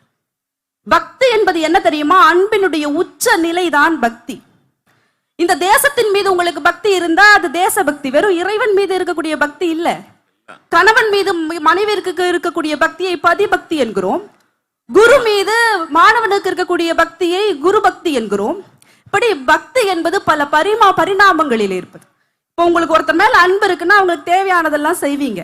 ஆனா ஒரு பொருளின் மீது, தான் எடுத்துக்கொண்ட ஒரு காரியத்தின் மீது உங்களுக்கு பக்தி இருக்கிறது என்று சொன்னால் அந்த பக்திக்காக நீங்க என்ன வேணாலும் செய்வீங்க. அதுதான் பக்தி. வள்ளலார்னு ஒரு பெருமகனார் இந்த பூமியில பிறந்து இந்த பூமியை புண்ணிய பூமியாக ஆக்கினாரே, அவருக்கு தொண்டு செய்யணுங்கிறதா அவருடைய வாழ்நாள் குறிக்கோள். ஆனா அந்த தொண்டு எதன் மீது அமைந்தது அப்படின்னு சொன்னா, இந்த மனித குலத்தை இறைவனை அடையக்கூடியதா பிறவி பெருங்கடல் என்று வள்ளுவர் சொல்லுவார் இல்லையா? அந்த பிறவி பெருங்கடலை கடக்க வைக்க வேண்டும். இந்த பிறவி பெருங்கடல் நீந்துவதற்கு எது தடையாக இருக்கிறது என்றால் பசி தடையாக இருக்கிறது. எல்லா மக்களும் ஜாதி இன மத வேறுபாடு இல்லாமல் இறைவனை அடைய வேண்டும் என்று சொன்னால் அந்த பசிப்பிணியை நீக்க வேண்டும் என்பது அவர் உள்ளத்திலே அவர் கொண்ட பக்தி.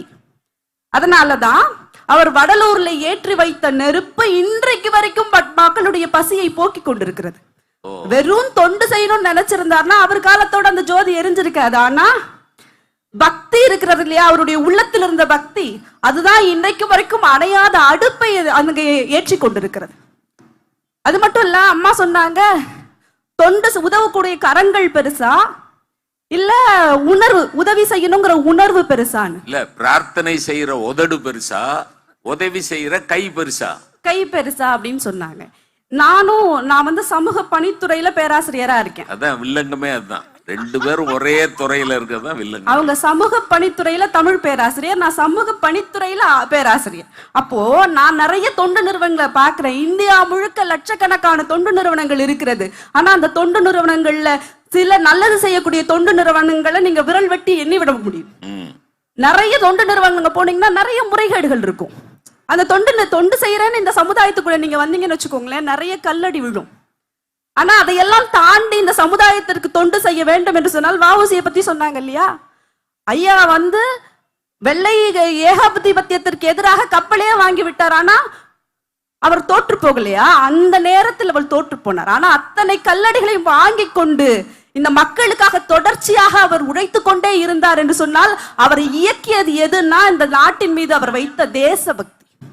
நீங்க பாத்தீங்கன்னா இன்றைக்கு இருக்கக்கூடிய நம்ம பெரிய புராணம் படிக்கிற பொழுது நிறைய தொண்டுகளை பற்றி நம்ம படிப்போம்.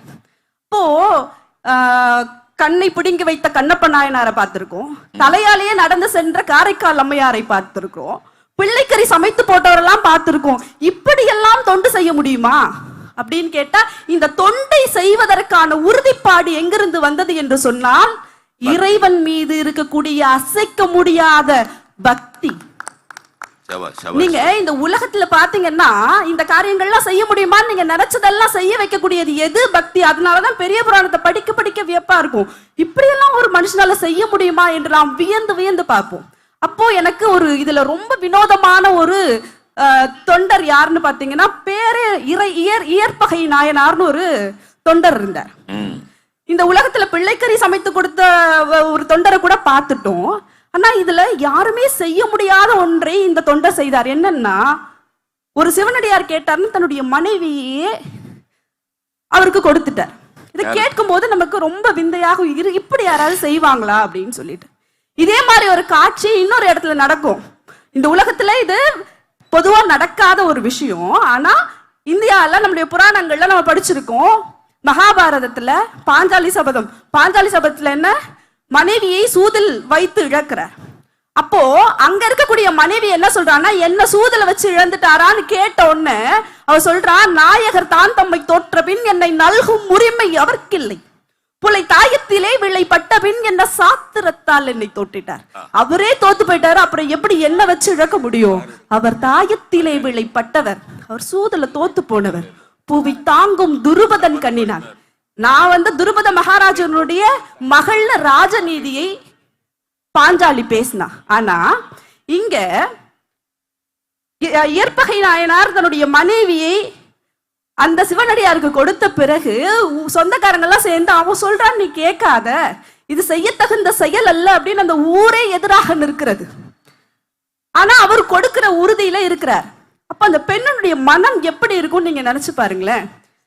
பாஞ்சாலி எதிர்த்து பேசினால, கணவனுக்காக என்ன வேணா பண்ணுவாங்க மனைவி, கணவனுடைய உயிரை போராடி மீட்பாள், கணவன் குற்றமற்றவன் என்று நிரூபிப்பதற்காக ஊரையே எரிப்பாள், சொத்து சுகம் எதுவும் இல்லாம அவன் பின்னாடி செருப்பு இல்லாம கூட நடந்து போவா. ஆனா தன்னை விட்டு கொடுக்கிற பொழுது ஒரு பெண்ணுடைய மனம் ஏற்றுக்கொள்ளுமா? இந்த உலகம் ஏற்குமா? யாராலும் நினைத்து பார்க்க முடியாத இந்த இடத்தில் அந்த பெண்ணினுடைய பதில் என்னவாக இருந்தது தெரியுமா? இன்று நீர் எனக்கு அருள் செய்தது இதுவேல், நீ இன்னைக்கு எனக்கு சொன்ன பணி இதுதானே, என் உயிர்க்கு ஒரு நாத, என்னோட உயிர்க்கு ஒரே ஒரு ஹீரோ, ஒரு நாத, நீ உரைத்தது ஒன்றை நாம் செய்யும் அத்தனை அல்லால் உரிமை வேறு உளதோ, நீ சொன்னதை செய்யறதை விட எனக்கு என்ன வேலை என்று தனிப்பெரும் கணவரை வணங்க தாழ்ந்து தொண்டர்தாம் எதிர்வணங்க சென்று மாதவன் சேவடி படித்து திகைத்து நின்றனள் திருவினும் பெரியாள் என்று சொல்றான். மகிழ்ச்சியால இல்ல, திகைத்து போய் தான் நிற்கிறாள். அப்போ அவருக்கு இருந்தது இறைபக்தி. ஆனா இந்த மனைவி அவருடைய வாக்கு பொய்த்து விடக்கூடாது. கணவனை பத்தி தெரியும், இவர் என்ன வேணா செய்வார்னு தெரியும், ஆனா கடைசியில என்னையே விட்டு கொடுப்பாரா அப்படின்னு திகைத்து நிற்கிறாள். ஆனாலும் கணவன் மீது தான் கொண்ட பக்தியினால் அதை செய்யறா. அப்படி அந்த மனைவி ஒத்துக்கிட்டதுனாலதான் திருத்தொண்ட புராணத்திலே நம்ம இயற்பகை நாயனார் புராணத்தை இன்னைக்கும் பேசிட்டு இருக்கோம். அப்போ தான் கொண்ட உறுதிக்காக எதையும் செய்யக்கூடிய பக்தி இருக்கு பாத்தீங்களா? இதை நம்ம எங்க சொல்லலாம்? அன்பு பயிர் தழைக்கணும்னா இன்றைக்கு உலகத்தில் நடக்கக்கூடிய பிரச்சனைகள் எல்லாம் பத்தி பேசிட்டு இருக்கோம். ஜனநாயகமாக இருக்கக்கூடிய ஒரு நாட்டினுடைய தலைவரை கைது செய்கிறது பெரும் ஏகாதிபத்திய நாடுகள். உலகம் முழுக்க பல்வேறு பிரச்சனைகள், மக்களுக்கு எதிராக பிரச்சனைகள் நடந்து கொண்டிருக்கிறது. இப்படியெல்லாம் வரலாற்றில் நடக்கலையா அப்படின்னு பாத்தீங்கன்னா, இதை விட பெரிய கொடுங்கோல் ஆட்சியெல்லாம் நம்ம பார்த்திருக்கோம். ஆனா இந்த மனித குலத்தை மீட்டெடுக்க வேண்டும், இந்த மக்கள் இப்படி கஷ்டப்படுறாங்களே, இவர்களை மீட்டெடுக்க வேண்டும் என்று ஒரு மனிதனுடைய உள்ளத்திலே தோன்றிவிட்டால் அந்த காரியத்திலே பக்தி அவனுக்கு இருக்குமே. ஆனால் உலகத்தில் எப்படிப்பட்ட கொடுங்கோல் ஆட்சியையும் வென்று சேகுவேரா, லெனின் என்று இன்றைய திருநாட்டிலே எப்படி நம்முடைய சுதந்திரத்தை மீட்டு கொடுத்தாரோ அண்ணல் காந்தியடிகள், அப்படிப்பட்ட ஒரு விடுதலை இந்த உலக சமுதாயத்திற்கு வரும். அதனால பக்தி என்பது வெறும் இறைவன் கிட்ட இருக்கிறது மட்டும் கிடையாது. அன்பினால் தான் செய்யக்கூடிய நல்ல காரியங்கள் எதன் மீது நாம் பற்று கொண்டாலும் உறுதியாக இருந்தாலும் அதுதான் பக்தி. அப்படிப்பட்ட பக்தி தான் அன்பு பயிர் செழிக்க பெரிதும் துணை நிற்கிறது என்று சொல்லி நல்ல வாய்ப்பிற்கு நன்றி கூறி விடைபெறுகிறேன். நன்றி, வணக்கம். அது ஒரு புதிய பரிமாணம். பக்தினா கடவுள் மேல வைக்கிறது மட்டும் பக்தி இல்ல, மனைவி கணவன் மேல வைக்கிறது பக்தி, மாணவன் தன்னுடைய ஆசிரியர் மேல வைக்கிறது பக்தி, எல்லாம் பக்தி தான். அந்த பக்தி தான் அன்பு பயிரை செழிக்க வைக்கும்னு இயற்பகை நாயனார் புராணம்லாம் படிச்சீங்கன்னா, இது இப்படிலாம் செய்வானா, இப்படிலாம் செய்யறதுக்கு அந்த பொண்ணு ஒத்துக்கிட்டாளா, ஒரு சிவனடியார் வந்து உன் மனைவி எனக்கு கொடுன்னு கேட்கிறாரியா. யோசிச்சு பாருங்க, ஒரு கற்பனை பண்ணி பார்க்க முடியுமா? இன்னொரு சிவனடியார் வந்து உன் பிள்ளைய அறுத்து கறி சமைச்சு கொடுன்னு கேட்கிறார். ரெண்டையும் நம்ம செய்வோமா? நம்ம செய்யறதுக்கு தயாரா இருந்து உயிரோட இருக்க முடியுமா? யோசிச்சு பாருங்க. ஆனா அடியார்கள் செய்யறாங்க. ஏன்னா அவங்களுக்கு ஒரே ஒரு நம்பிக்கை, சிவனடியார் வந்து என் மனைவியை கேட்டாலும், சிவனடியார் வந்து என் பிள்ளையை கேட்டாலும் நான் அவர்கள் இருவரையும் இழக்க மாட்டேன். சிவனடியார் கேட்டதை மீட்டெடுத்து சிவபெருமான் எனக்கு கொடுப்பார் என்கிற ஆழ்ந்த நம்பிக்கை. புராணம் அப்படித்தானே முடிஞ்சது. 2 புராணமும் அப்படித்தானே முடிஞ்சது. பிள்ளை திரும்பி வந்தான், மனைவி என்ன ஆச்சு? அப்ப பக்தி தான். பக்தி இல்லாம என்ன அன்பு செய்வீங்க? பக்தி உடையார் காரியத்தில் பதறார். அது பாரதி பாட்டு, அருமையான பாட்டு. வித்து முளைக்கும். இன்னைக்கு ஒரு விதைய ஊனிட்டு நாளைக்கே அது மரமாகணும்னு எதிர்பார்க்க கூடாது. சில பேர் நோண்டி நோண்டி பார்ப்பான், பார்த்திருக்கீங்களா? விதைய ஊனிட்டு அடுத்த நாள் காலையில நோண்டுவான், இன்னும் வரல. 2வது நாள் கொஞ்சம் தண்ணியை ஊத்திட்டு நோண்டி பார்ப்பான். கடைசி விதை அழுகி போகுமே ஒழிய செடி வராது. நம்மள்ட்ட அந்த பழக்கம் இருக்கு சார். ஒருத்தன்ட்டு சொல்றான், அண்ணாஜி 5 வருஷமா சமயபுரம் மாரியம்மன் கோயிலுக்கு போறேன், நான் நினைச்சது ஒன்னும் நடக்கல அண்ணாச்சி. ஆமே அதுக்கு உடனே ஐடியா, வேணா திருவேற்காடு போய் பாரு. ஏண்டா அது என்ன பலசர கடையா? இந்த கடையில அரிசி சரியில்லைன்னா அந்த கடையில போய் அரிசி வாங்குறதுக்கு அது என்ன பலசர கடையா? சமயபுரம் மாரியம்மன் கோயில்ல நீ வச்ச பிரார்த்தனை பலிக்கலன்னா உன்னோட பக்தியில ஏதோ கோளாறு இருக்கு. அதை விட்டுட்டு இவன் சாமிய மாத்தணுங்கிறான், கோயில மாத்தணுங்கிறான். நீங்க யூ ட்ரை திருவேற்காடு, அங்கேயும் நடக்கலையா? You can try Irukkankudi. சகல மாரியம்மனையும் தொந்தரவு பண்ணு. அதுக்கு பேர் பக்தியாக, அதுக்கு பேர் பக்தி உடையார் காரியத்தில் பதறார். வித்து முளைக்கும், மெதுவா வரும். வித்து முளைக்கும் தன்மை போலே. அதுல எனக்கு அந்த வரியில பிடிச்ச வார்த்தை, மெல்ல செய்து பயனடைவார். நம்பணும், நம்பி காத்திருக்கணும். நம்பி காத்திருந்தீங்கன்னா பக்தியால் உங்களுக்கு நினைச்சதெல்லாம் கிடைக்கும். நீங்கள் மனிதர்களை நேசிப்பீர்கள், அன்பு பயிர் செழித்து ஓங்கும். அவ்வளவுதான் இலக்கியாவோட பேச்சினுடைய சாரம். இப்ப தம்பி ஆன்மீக செல்வர் சிவ சதீஷ்குமார் டாக்டர்,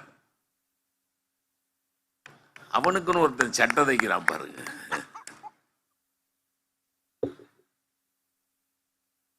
என்னை நன்றாக இறைவன் படைத்தனன், தன்னை நன்றாக தமிழ் செய்யுமாறே. ஊரின் பெயரும் அண்ணாமலை, அங்கே உயர்ந்திருக்கும் மலையின் பெயரும் அண்ணாமலை, உள்ளே உறையும் இறைவன் பெயரும் அண்ணாமலை. அனைத்தும் அண்ணாமலையாக இருக்கிற அற்புத தலத்தை வணங்கி, நான் வீறு படைத்த நடுவர் உள்ளிட்ட அத்தனை பெரியவர்களையும் வணங்கி என்னுடைய உரையை தொடங்குகின்றேன். அன்பு பெயர் செழிக்க பெரிதும் தேவை பக்தியா தொண்டா அப்படின்னு கேட்டா கண்டிப்பாக தேவை தொண்டுதான். எதிரணியில பேசும்போது சொன்னாங்க பாத்தீங்களா, இலக்கியாக்கா பேசும்போது பக்தியுடையார் காரியத்தில் பதறார். இன்னைக்கு பக்தியுடையவங்க தான் பதறிக்கிட்டே இருக்கிறாங்க. எங்க உண்மையான பக்தி இருந்தா கோயிலுக்குள்ள எதுக்குங்க கண்காணிப்பு கேமரா? சொல்லுங்க. 1000 கண்ணுடையாள் அம்மன் கோயில் தான். 100 கேமராக்களால் கண்காணிக்கப்பட்டு வந்தால் பக்தியாது? சொல்லுங்க. இல்லையே. பிரசாதம் தருகிற கியூல யாருக்குங்க அமைதி இருக்கு? வித்து முளைக்கும் தன்மை போல் யார் நிக்கிறா? நிக்கிறோமா? இல்லையே. இதே அண்ணாமலை கோயில் இவ்வளவு கூட்டம் போயிட்டு இருக்கு. நான் ஆன்மீக சொற்பொழிவாளர், ஐயா நீங்க சொன்னா விடுவாங்களா? சீக்கிரமா சாமியை பாத்திரலாமா? நான் சொன்ன இல்லங்க, ஒருத்தர் இருக்கும் போது இன்னொருத்தர் நம்ம போய் முண்டி அடிச்சுட்டு போறது தப்புங்க. பக்தினா வரிசையா தாங்க போகணும். நம்ம நாவுக்கரசரே சொல்லியிருக்காரு, போதோடு நீர் சுமந்து ஏத்தி புகுவார் அவர் பின் புகுவேன்னு சொல்லியிருக்காரு. வரிசையா போனா பரவாயில்ல, நம்ம என்ன ஷார்ட்கட்ல இப்படி போய் சாமியை பார்க்கலாம்.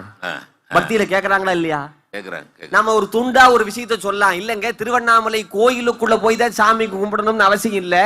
எல்லா ஊர்லயும் மலைக்கு மேல சாமி இருப்பாரு, இங்க மலையே சாமியா இருக்காரு, உள்ள போய் கும்பிட வேண்டாம், அவசரம் வேண்டியதில்லை, இங்க இருந்தே கும்பிடுங்க அப்படின்னு கேட்கலையே. உண்மையிலேயே சொல்லணும், நாங்க அண்ணன் பேசும்போது சொன்னாரு, கண்ணப்ப நாயனார் பத்தி சொன்னாரு. கண்ணப்ப நாயனாருக்கு சிவபெருமான் அவர் தெரியாது, அது ஒரு உயிர், அவ்வளவுதான். பக்தினா என்னன்னே தெரியாது. கண்ணுல ரத்தம் வடியுது, ரத்தம் வடியுது. அந்த ரத்தம் வடிதா நான் உலகத்திலேயே முதலாக கண் மாற்று அறுவை சிகிச்சை செய்து மாபெரும் தொண்டை நிலையாற்றியவர் கண்ணப்ப நாயனார். அது தொண்டுதான். எங்களுடைய காலம் சென்ற தவத்திரு குன்றக்குடி எழிலார் சொன்னார், கண்ணப்ப நாயனாருடைய குரு பூஜைனா என்ன, அன்னைக்கு அபிஷேகம் பண்ணி பிரசாதம், அது கிடையாது. கண்ணப்ப நாயனார் குரு பூஜை என்றைக்காவது ஏழை எளியவர்களுக்கு கண் சிகிச்சை முகாம்கள் நடத்துவதும் கண்ணாடி வழங்குவதும் தான் உண்மையான பக்தி தொண்டு என்று சொன்னார் குன்றக்குடி எழிலார் அவர்கள். அப்படி இருந்தால்தான் அன்பு பயிர் செழிக்கும். ஏங்க, இன்னைக்கு பக்திங்கிறது எப்படி இருக்குன்னு கேட்டீங்கன்னா, தப்பில்லை, நான் நல்லா இருக்கணும் அப்படின்னு நினைக்கிறது பக்தி, இந்த தரணியே நல்லா இருக்கணும்னு நினைக்கிறது தொண்டு. அருமை அருமை. இப்ப நான் நல்லா நினைக்கிறேன், என்ன நினைக்கிறாங்க, இப்ப கோயில்ல திடீர்னு சிவபெருமான் வந்துட்டாரு. ஐயரு கேட்டாரு, ஹூ ஆர் யூன்னாரு சிவபெருமான் கிட்ட இங்கிலீஷ்ல. ஏன்னா கடவுள் மொழியை கடந்தவர் இல்ல. ஹூ ஆர் யூ அப்படின்னு கேட்டாரு. ஓகே, ஹவ் ஆர் யூன்னு கேட்கணும். ஹூ ஆர் யூன்னு கேட்டாரு. நான் தான்ப்பா சிவபெருமான். இல்ல, நீங்க வரமாட்டீங்க அப்படிங்கிற நம்பிக்கையில தானே பூஜை பண்ணிக்கிட்டு இருக்கிறேன் அப்படின்னாரு இவரு. சரி, எதை பண்ண நம்புவேன் அப்படின்னு சிவபெருமான் கேட்டாரு. கையில மணியை வச்சிருந்தாரா, சாமி இது தங்கமாக்கி காட்டுங்க. சிவபெருமான் தொட்டாரு, தங்கமாயிருச்சு. சரி, தட்டை காட்டினார், தட்டை தொட்டாரு, தங்கமாயிருச்சு. எஸ், நீங்க சிவபெருமான் தான், வெயிட் அப்படின்னு சொல்லி காலில் கொடுத்து கும்பிட்டார். இருங்க, நான் ஊருக்குள்ள போய் மக்களை எல்லாம் கூட்டு வரேன்னு வந்து கோயில்ல சிவபெருமான் இருக்காரு. கோயில்ல சிவபெருமான் எங்க, கோயில்ல சிவபெருமான் இருக்காரு எங்களுக்கு தெரியுமே. இல்ல, சிலாரூபமா இருக்காரு, சுவாமியே அப்படியே வந்துட்டார், விஸ்வரூபமா வந்துட்டார் அப்படின்னு சொன்ன உடனே எப்படி நம்புறதுன்னு கேட்டாங்க பக்தர்கள். எப்படி நம்புறதுன்னு கேட்டாங்க. இல்ல, தர்மகர்த்தா வாங்கி கொடுத்தாரு வெங்கல மணியும் வெங்கல தட்டும், ஆமா சாமி தொட்டாரு, தங்கமாயிருச்சு பாருங்க. அப்படியா, சரி போங்க வர்றேன்ட்டாங்க. 5 நிமிஷம் ஆச்சு, 10 நிமிஷம் ஆச்சு, 1/4 மணி நேரம் ஆச்சு, மக்கள் யாருமே வரல. 20 நிமிஷம் கழிச்சு ஊரே வருது. எப்படி, தனியா வரல, அவன் அண்டா குண்டா டப்பா டப்பரான்னு உங்க வீட்டுக்கு எல்லாத்தையும் தூக்கிட்டு வர்றான். ஏன், சாமி இது தொடுங்க, தங்கமாகட்டும். பக்தி எப்படி இருக்கிறது என்று கேட்டால், தன்னுடைய தேவைகளை பூர்த்தி செய்வதற்கு கொள்வதற்காக ஒரு வியாபாரமாக நாம் செய்து கொண்டிருக்கிறோம். ஆனால் பக்தி அப்படி இருக்கக்கூடாது. ஆனால் தொண்டு எப்படி இருக்கும் அப்படின்னு கேட்டா, எனக்கு இல்லாவிட்டாலும் பரவாயில்லை, இன்னொருவருக்கு போய் சேரட்டும் என்று நினைப்பதுதான் தொண்டு. ஆண்டவன் வணங்குகிற கரங்களை விட மற்றவருக்கு வழங்குகிற கரங்களை தான் விரும்புகின்றான். அருமை அருமை அருமை அருமை, சபாஷ். ஏங்க, இயற்பகை நாயனார் பத்தி சொன்னீங்கல்ல, சேக்கிழார் சொல்றாருங்க, இல்லையே எண்ணாத இயற்பகை அது சிவனடியாராக இருந்தால் யார் எதை கேட்டாலும் தருவது. இது பக்தியா, தொண்டு. யார் கேட்டாலும் தந்து விடுவது என்பது தொண்டு, மற்றவர்களுக்கு கொடுப்பது. அதுதான் அங்க இருந்துச்சே தவிர பக்தி அல்ல, அது பேர் தொண்டு தான் சொல்லணும். அதையும் தாண்டி பார்த்தீர்கள்னா, இன்னைக்கு இந்த ஊர்ல ஒரு கருத்தை சொல்றேன். இந்த ஊர்ல ஞான தபோதனரை வாயன்றழைக்கும் அண்ணாமலை. இந்த அண்ணாமலை எல்லா ஞானிகளையும் வான்னு கூப்பிட்டுச்சு. ஆனா ஒரே ஒரு ஞானியை ஊருக்கு உலகத்திற்கு கொடுத்தது. அந்த ஞானிதான் அருணகிரிநாதர். தவறான வழியில போயிட்டாரு. உயிரை விட்டுலாம்னு திருவண்ணாமலை கோபுரத்தின் மேல ஏறி குதிக்கலாம்னு குதிக்கிற நேரத்துல எல்லாம் வல்ல முத்தமிழ் முருகப்பெருமான் கையிலே பிடித்து முத்து முத்தாக பாடு என்று சொன்னவுடன் முத்தை தரு பத்தி திருநகை அத்திக்கிரை சத்தி சரவண முத்திக்குரு வித்து குருபரன் என ஓதும் முக்கட்பர மற்கு சுருதியின் முற்பட்டது கற்பித்திருவரு 30 வர்க்கத்தமரர் வடிவேனு அப்படியே கடல் மழை திறந்த வெள்ளமாக தமிழ் பாடுவதற்கு பணித்தார். இது பக்தியான்னு கேட்டா பக்தி அல்ல, தொண்டு. எப்படின்னு சொல்றேன். இந்த எனக்கு மட்டும் நீ பாடிக்கிட்டுன்னு சொல்லாம ஊர் பூராவும் சென்று திருப்புகளை பரப்பு, பக்தியுடன் சேர்ந்து தொண்டையும் பரப்பு என்று சுவாமிகள் அருள் செய்தார்கள். அந்த வகையில தான் எல்லா பக்கம் போய் பாடிய அருணகிரிநாதர் ஒரு பாட்டுல சொல்றாரு. அதை நான் பாடிய காட்டுறேன். நாத விந்து கலாதி நமோ நம்ம ஞான பண்டித சாமி நமோ நம்ம வேத மந்திர ஸ்வரூபா நமோ நம்ம. இதெல்லாம் பக்தி. அதுல என்ன ஆண்டவரிடத்திலே வேண்ட வேண்டும்ங்கிறது அருணகிரிநாதர் சொல்றாரு. ஈதலும் பல கோலால பூஜையும் ஓதலும் குண ஆச்சார நீதியும். முதல்ல எது வருது? ஈதலும், மற்றவர்களுக்கு கொடுப்பதுதான் ஃபர்ஸ்ட் சொல்லி அருணகிரிநாதர் மூலமாக முருகப்பெருமானே சொல்கிறார் என்று சொன்னால், அன்பு பயிர் செழிப்பதற்கு தேவை பக்தியை விடவும் தொண்டுதான் தேவை. அதை இந்த ஊர்ல நம்ம தெரிஞ்சுக்கணும். அருமை அருமை. அதையும் தாண்டிங்க இன்னொரு முக்கியமான விஷயம் என்னன்னு கேட்டீங்கன்னா, நீங்க பக்தியை நாங்க வேண்டான்னு சொல்லல. பக்தி என்பது ஒரு குண்டாவை போல, தொண்டு என்பது ஒரு அண்டாவை போல. அண்டாவுக்குள்ள குண்டா அடங்கும், குண்டாக்குள்ள அண்டா அடங்காதுன்னு வாரியார் சாமி சொல்லுவார். ஆமாங்க, பக்தி செலுத்துவது அண்டாக்குள்ள குண்டா அடங்கும், குண்டாக்குள்ள அண்டா அடங்காது. இதைத்தான் குண்டக்கா மண்டக்கா பேசுறது வாரியார் சாமி சொல்லுவாங்க. அப்படி இப்ப பக்திங்கிறது என்ன தெரியுங்களா? ஆண்டவனுக்கு செய்வது. தொண்டுங்கிறது அடியார்களுக்கு செய்வது. ஆண்டவனுக்கு செய்தால் அடியார்களுக்கு போகாது, ஆனால் அடியவர்களுக்கு செய்தால் ஆண்டவனுக்கு போகும். ஆக இந்த குண்டா அண்டாக்குள்ள அடங்கிவிடும். அப்ப அன்பு பயிர் செழிப்பதற்கு என்ன தேவை? தொண்டுதான் தேவை. இந்த ஊருக்குங்க ஒரே ஒரு செய்தியை சொல்லி நான் நிறைவு கொண்டு வர்றேன். ஒரே ஒரு செய்தி. இந்த ஊருக்கு தல யாத்திரையா, அதாவது பாத யாத்திரையா வர்றது அந்த காலத்துல வழக்கம் உண்டு. இங்க வேலூர் மாவட்டத்தில இருந்து ஒரு 5-6 பேர் கார்த்திகை தீபத்துக்கு வரலாம்னு நடந்து வர்றாங்க. பாத யாத்திரையா 4-5 நாள் வர்றாங்க. அப்படி வருகிற போது இந்த ஊர் என்ட்ரன்ஸ்ல ஒரு கேட் போட்டாங்க, பேரி கார்டு போட்டு உள்ள வரும்போது கேட்கறாங்க, நீங்க எந்த ஊர்ல இருந்து வர்றீங்க? ஏன்னா அந்த காலத்துல காலரா பரவல் அதிகமா இருந்துச்சு. பக்தியின் காரணமாக எல்லாரும் வர்றாங்க. அப்ப சொல்றாங்க, நாங்க கோயம்புத்தூர் மாவட்டம், நாங்க திருநெல்வேலி மாவட்டம், ஒவ்வொரு ஊர் பேரையும் பொய் சொல்லி உள்ள வர்றாங்க. அப்போ ஒரு பெரியவர் இருந்தாரு, ஒரு பேர் சாமி அண்ணான்னு பேரு. அவரு சொன்னாரு, நான் வேலூர் மாவட்டம். சரி, அங்க காலரா பரவல் இருக்கா? காலரா பரவல் இருக்கா? இவருக்கு பக்தி இருந்தா பொய் சொல்லி போயிருக்கலாம். ஆனா உண்மையான தொண்டுள்ளத்தார சொன்னாரு, காலரா பரவல் இருக்கு. அப்படின்னா நீங்க இந்த திருவண்ணாமலைக்குள்ள போக கூடாது, ஏன்னா பக்தர்கள் நிறைய வர்றாங்க, அவங்களுக்கு நோய் வந்துடும், போக கூடாது. அப்படியா, பரவாயில்ல, நான் திரும்பி ஊருக்கே போறேன் அப்படின்னு திரும்பி போயிட்டார் அந்த பெரியவர். இந்த பக்தியில் உள்ள வந்தாங்க பாருங்க, சாமி கும்பிட்டவங்க, அவங்க எல்லாம் உள்ள போய் வெளியே வந்து கேட்டாரு, என்ன சாமி, என்ன 5 நாள் நடந்து வந்துட்டு மறுபடியும் நீ இப்படி ஒரு பொய்ய சொல்லிட்டு உள்ள வந்து கும்பிட்டு இருக்கலாமே, சாமியை பார்க்க முடியலையே, அந்த விளக்க பார்க்க முடியலையே, அந்த விளக்க பார்க்க முடியலையேன்னு கேட்கும் போது அந்த சாமி என்ன சொன்னாரு, எல்லா விளக்கும் விளக்கல்ல, சான்றோர்க்கு பொய்யா விளக்குதான் விளக்கு. பொய்யை சொல்லி அந்த விளக்கை பார்ப்பதை விட நான் இங்கே இருந்து நான் பார்ப்பேன் என்று சொன்னார் ஒரு பெரியவர். அவர் செய்ததுதான் தொண்டு. அந்த பெரியவர் யாரும் இல்லை, அப்பேற்பட்ட ஒழுக்கச்சீரராக தொண்டராக விளங்கியவருக்குத்தான் புராண இதிகாச பாரங்கதர் சிவத்திரு மல்லையதாசர் என்கின்ற மகன் பிறந்தார். அவருக்குத்தான் 64வது திருப்பணி தொண்ட நாயனார் என்று போற்றப்படக்கூடிய கிருபானந்த வாரியார் பிறந்தார் என்று சொன்னால், யாரெல்லாம் உண்மையான தொண்டிலே இருக்கிறார்களோ அவர்கள் பிள்ளைகளாக பிறப்பார்கள் என்று சொன்னால், கண்டிப்பாக ஆண்டவனிடம் நம்மை சேர்ப்பது பக்தி, ஆண்டவனையே நம்மிடம் சேர்ப்பது தொண்டு. நாம் ஆண்டவனிடம் சேர வேண்டுமா அல்லது ஆண்டவனை நம்மிடத்தில் சேர்க்க வேண்டுமா என்று கேட்டால் அது தொண்டால் தான் முடியும். இந்த ஒரே ஒரு கருத்து சொல்றேன். கோயில் வாசல்ல பிச்சைக்காரர்களை பாக்குறோம், நம்மளும் பிச்சைக்காரர் தான், நம்ம உள்ள போய் பிச்சை எடுக்கிறோம், அவங்க வெளியே எடுக்கிறாங்க இல்லைங்களா? ஆனா ஆண்டவனுடைய கருணை என்ன, வெளியே பிச்சை எடுக்க விடாம உள்ள போய் அவங்கிட்ட பிச்சை எடுக்க விட்டான் பாத்தீங்களா, அது ஆண்டவனுடைய கருணை. அந்த பிச்சைக்காரர்கள் வெளியே இருக்கும் போது விஷயத்தை சொல்லுவாங்க, தர்மம் பண்ணுங்க சாமிம்பாங்க. தர்மம் பண்ணுங்க சாமி. ஏன் கோயில் வாசல் போய் பக்தி பண்ணுங்க சாமின்னு சொல்ல வேண்டியதானே? ஏன் தர்மம் பண்ணுங்க சாமின்னு சொன்னாங்க? தர்மம் பண்ணுங்க சாமிங்கிறது ரெக்வெஸ்ட் இல்ல, ரெக்வெஸ்ட் இல்ல, ரெக்கமெண்டேஷன். தர்மம் பண்ணுங்க சாமி, நீங்க உள்ளேயே போக வேண்டாம், தர்மம் பண்ணுங்க, ஆண்டவன் உங்களை தேடி வருவான் என்று. ஆக நீங்கள் பக்தி செலுத்துகிறீர்களா என்பது முக்கியமல்ல, பக்தியை தாண்டி தொண்டு செய்தீர்கள் என்று சொன்னால் ஆண்டவன் உங்களை தேடி வருவான். அப்படி செய்தவர்கள் தான் 63 நாயன்மார்களும். அவர்கள் அது கிடைக்கும் இது கிடைக்கும் என்கின்ற தேவைகளுக்காக ஆண்டவனை வழிபடவில்லை, சேவைகளுக்காக ஆண்டவனை வழிபட்டவர்கள். அதன் காரணமாகத்தான் அவர்கள் திருத்தொண்டர்கள். ஆண்டவன் பூசையை விரும்புவதை விட சேவையை தான் விரும்புகிறான், தியானத்தை விட தானத்தை தான் விரும்புகிறான், தவத்தை விட தர்மத்தை தான் விரும்புகிறான். பசியை அடக்கி கொண்டு விரதம் இருப்பவர்களை விட அடுத்தவருடைய பசியை போக்குகிறவரைத்தான் ஆண்டவன் விரும்புகிறான். ஆகவே இந்த உலகத்திலே அன்பு பயிர் செழிக்க தேவை பக்தியை விட ஒரு படி தொண்டுதான். அந்த அண்டாக்குள்ளே நாங்கள் குண்டாவை போட்டுக்கொண்டு தொண்டு செய்கிறோம். வாய்ப்புக்கு நன்றி, வணக்கம். அருமை அருமை அருமை.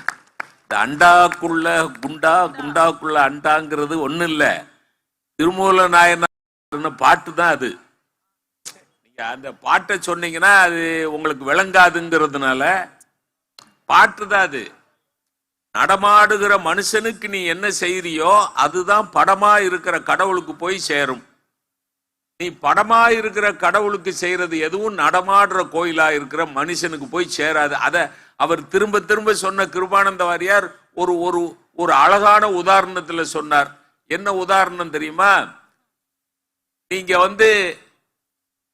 உங்க தெருவில் இருக்கிற போஸ்ட் பாக்ஸ்ல ஒரு லெட்டர் போட்டீங்கன்னா அந்த லெட்டர் ஹெட் போஸ்ட் ஆபீஸுக்கு போயிடும். ஹெட் போஸ்ட் ஆபீஸ்ல ஒரு லெட்டர் போட்டீங்கன்னா அந்த லெட்டர் உங்க தெரு போஸ்ட் பாக்ஸுக்கு வராது. தெரு போஸ்ட் பாக்ஸ் தான் மனுஷன், ஹெட் போஸ்ட் ஆபீஸ் தான் கடவுள். கடவுளுக்கு செய்யறது மனுஷனுக்கு வருமா? நீங்க 1000 அர்ச்சனை செய்யுங்க, 1000 ஆராதனை பண்ணுங்க, தங்கத்தை எழுங்க, இல்ல அம்பாளுக்கு பட்டு பாவாடை வைர கிரீடம் வைங்க. அதனால ஏழை எளியவனுக்கு என்ன? அதனால ஏழை எளியவனுக்கு என்ன பிரயோஜனம்? பகவானே அதை விரும்பலையே, ஆண்டவனே அதை விரும்பலையே. அதனாலதானே நாவுக்கரசு பெருமான் என் கடன் பணி செய்து கிடப்பதேனார். திருவேலிமலையில பஞ்சம், திருவேலிமலையில பஞ்சம்னா அப்புறம் சம்பந்தரும் அங்க போய் எல்லாருக்கும் திருநீரா கொடுத்தாங்க. எல்லாம் பட்டினியில மயங்கி கிடக்கிறவங்க முன்னாடி எல்லாம் போய் ஓம் சிவாய நம, ஐயா பசிக்குது இருந்தா கொஞ்சம் திருநீரா கொடுத்தாங்க. நான் கேலி பண்ணலைங்க, கேலி பண்ணல, நான் யதார்த்தம் பேசுறேன். அவ்வளவு பெரிய சிவபக்தர்கள் நாவுக்கரசு பெருமானும் ஞானசம்பந்த பெருமானும் அவங்க என்ன செய்தாங்க தெரியுமா? சிவனிடத்திலே போய் நின்று வேண்டி படிக்காசு பெற்று கஞ்சி காய்ச்சி பசியை போக்கினார்கள். அதுதான் தொண்டு, அதான் திருவேலிமலை பஞ்சம், அதுதான் அப்போது அடிகள். அந்த நாவுக்கரசு பெருமானோட பேர்ல தண்ணி பந்தல் மாதம். சிவ சதீஷ்குமார், இன்னைக்கு சிவ சதீஷ்குமார் இல்லையா, அருமையா பேசிக்கிறார். பசி சார், 3 மதத்திலையும் பசின்னு ஏன் சொன்னா? நீங்க இந்து மதத்துல விரதம் இருன்னா, இஸ்லாம் மதத்துல நோன்பு இருன்னா, கிறிஸ்துவ மதத்துல லென்ட் இருன்னா, 3மே சாப்பிடாம இருக்கணும். 3 மதத்திலையும் சாப்பிடாம இரு, 1 மாதம் சாப்பிடாம இரு, 41 நாள் சாப்பிடாம இரு, 1 மண்டலம் சாப்பிடாம இரு. எதுக்காக சாப்பிடாம இருன்னா? வள்ளலார் பெருமான் பசித்திருனார். ஏன்? 1 மாதம் சாப்பிடாம இருந்தா தான் பசினா என்ன, பசி துன்பம்னா என்ன, பசிச்சா எப்படி கண்ணை கட்டிக்கிட்டு வரும், பசிச்சா எப்படி கறக்க வருங்கிறதுல உங்களுக்கு எனக்கு அனுபவம் ஆகணும். அப்படி அனுபவம் ஆனாதான் ஐயா பசிக்குது அப்படின்னு ஒருத்த நின்னா, ஆகா பசி துன்பம்னா என்ன இவன் அனுபவிச்சுக்கிட்டு இருக்கான்னு உதவி செய்ய தோணும். அப்ப பக்தியை சொல்லிக் கொடுக்கிற மதம் என்ன சொல்லிக் கொடுக்கிறது என்றால், பசியை ஆற்றுவதற்கு முயற்சி செய். ஆற்றுவார் ஆற்றல் பசி ஆற்றல். திருவள்ளுவர் சொன்னார், ஆற்றுவார் ஆற்றல் பசி ஆற்றல். அந்த ஆற்றல் அவ்வாற்றல் அப்பசியை மாற்றுவார் ஆற்றலின் பின் சொன்னாரா? என்ன அர்த்தம் தெரியுமா? பசி வந்தா அதை அடக்கிக்கிடுற சக்தி ரிஷிகளுக்கு இருக்கும், முனிவர்களுக்கு இருக்கும். பசியை ஆட்கொள்ளுகிற சக்தி, பசியை அடக்கி கொள்ளுகிற சக்தி, பசி துன்பத்துக்கு ஆளாகாத சக்தி முனிவர்களுக்கு இருக்கும், ரிஷிகளுக்கு இருக்கும். அது ஆற்றல், பெரிய ஆற்றல். உங்களுக்கும் எனக்கும் இல்லாத ஆற்றல் ரிஷிகளுக்கு இருக்கும். ஆனால் அந்த முனிவர்களுக்கு இருக்கிற ஆற்றலை விட பெரிய ஆற்றல் எது தெரியுமா? அந்த பசிக்கு சோறு போட்டு அந்த பசியை மாற்றுகிறான் பாருங்க, அவன் ஆற்றல் தான் பெருசுன்னு திருவள்ளுவர் சொன்னார். ஆனா வள்ளலார் பெருமான் சத்திய தர்மசாலைன்னு வச்சார், அன்னதானம்னு வைக்கல. நீங்க நல்லா கவனிங்க, அதைத்தான் தம்பி சொன்னார். ஏன் பிச்சைக்காரன் ஐயா தர்மம் பண்ணுங்கிறான்? சதீஷ் கேட்ட கேள்வி அருமையான கேள்வி. கோயில் வாசல்ல இருக்கிறவன் ஐயா இன்னும் 2 நாள் போய் பக்தி செய்யுங்கய்யா, ஐயா இன்னும் 4 அர்ச்சனை செய்யுங்கய்யா, இன்னும் 4 ஆராதனை சொல்லலையே, ஐயா தர்மம் செய்யுங்கய்யா அப்படின்னா என்ன அர்த்தம்? 4 ஏழைக்கு உதவி பண்ணீங்கன்னா அந்த பகவான் உங்க வீட்டு வாசல்ல நிப்பாருன்னு அர்த்தம்.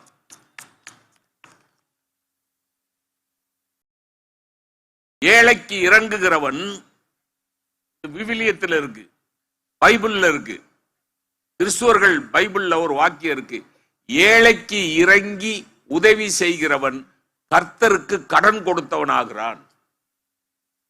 எப்படி கர்த்தருக்கே கடன் கொடுக்கிறான் அப்படின்னா, கடன் கொடுத்தா என்ன அர்த்தம்? திரும்பி வர்ற போது வட்டியோட வரும். அதனாலதான் தொண்டு தான் அப்படின்னு பிரமாமா பேசிட்டார். அப்ப இவங்க ரெண்டு பேரும் என்ன சும்மா வந்து பேசுறாங்களா? பக்தினா என்ன தெரியுமாங்க? அப்படியே உருகிறது. எங்க உள்ள கோயில்ல இருக்கிற சிவபெருமான பார்த்து உருகிற மனசு எவனுக்கு இருக்கோ அவன் தானங்க ஒரு ஏழையை பார்த்து உருகுவான். அவனால அந்த மனப்பக்குவம், அந்த பக்தியினுடைய மனப்பக்குவம் வந்தா தாங்க பரம ஏழையை ரட்சிக்கணுங்கிற ஒரு சிந்தனை வரும். ஆனா அடியார்களை பத்தி பாடுற போது பெரிய புராணத்துல சேக்கிலார் என்ன பண்ணார்? கூடும் அன்பினில் கும்பிடலே அன்றி. அதான் டெபினிஷன். அடியார்களுக்கு அடையாளம் என்ன தெரியுமா? ஒரு அடியார் இன்னொரு அடியாரை பார்க்கிற போது, ஆகா ஒரு அடியாரை பார்க்கிற பாக்கியம் எனக்கு கிடைத்து விட்டதே, அவரோடு அன்பு செய்ய வேண்டும் என்று கும்பிடுவாங்க. நீங்க ஐயப்பன் கோயிலுக்கு மாலை போடுற சாமிலாம் பாருங்க, சாமி சாமி நல்லா இருக்கீங்களா சாமி அப்படின்னா, சாமிங்கிற அந்த ஒத்த வார்த்தையில ரெண்டு மனுஷங்களுக்கு இடையில இருக்கிற அன்பு அழுத்தமாகுது. சாமி சாமி அன்னாட அனவரத சண்டை போட்டுக்கிட்டே இருக்கிற பொஞ்சாதி கூட இவன் மாலை போட்டுட்டா, சாமி சாப்பிடுங்க சாமி, சாமி உட்காருங்க சாமி. அன்பு பயிர். கூடும் அன்பினில் கும்பிடலே அன்றி வீடும் வேண்டா விறகின் விளங்கினார். அப்புறம் அவர் சொன்னார் பாருங்க, சிவபெருமான் நேரடியா வந்தார். அர்ச்சகர் ஹூ ஆர் யூ அப்படின்னு கேட்டார். நல்லா இருந்ததுல அது. அர்ச்சகர் சிவபெருமான்கிட்ட ஹூ ஆர் யூ, நான் உன்ன கேட்டேன், சிவபெருமானுக்கு இங்கிலீஷ் தெரியுமா? அவருக்கு எல்லாம் தெரியும். அகிலாண்ட கோடி பிரம்மாண்ட நாயகன், எல்லா நாட்டுக்கும் தலைவர், நாட்டவர்க்கும் இறைவா போற்றி, எந்நாடுடைய சிவனே போற்றி, எந்நாட்டவர்க்கும் இறைவா. எந்நாட்டவர்க்கும் இறைவன்னா எல்லா மொழியும் தெரியும் தானே அர்த்தம். நான் தான் I am lord Shiva. Oh how can I believe it? யாரு? அர்ச்சகர். இதுதான் சிவான்னு நான் எப்படி நம்புறது? என்ன செஞ்சா நம்புவேன்? இந்த மணியை தொடு தங்கமானா நம்புறேன். தொட்டாரு தங்கமாயிருச்சு. இந்த தட்டை தொடு, தட்டு தங்கமாயிருச்சு. Now I believe.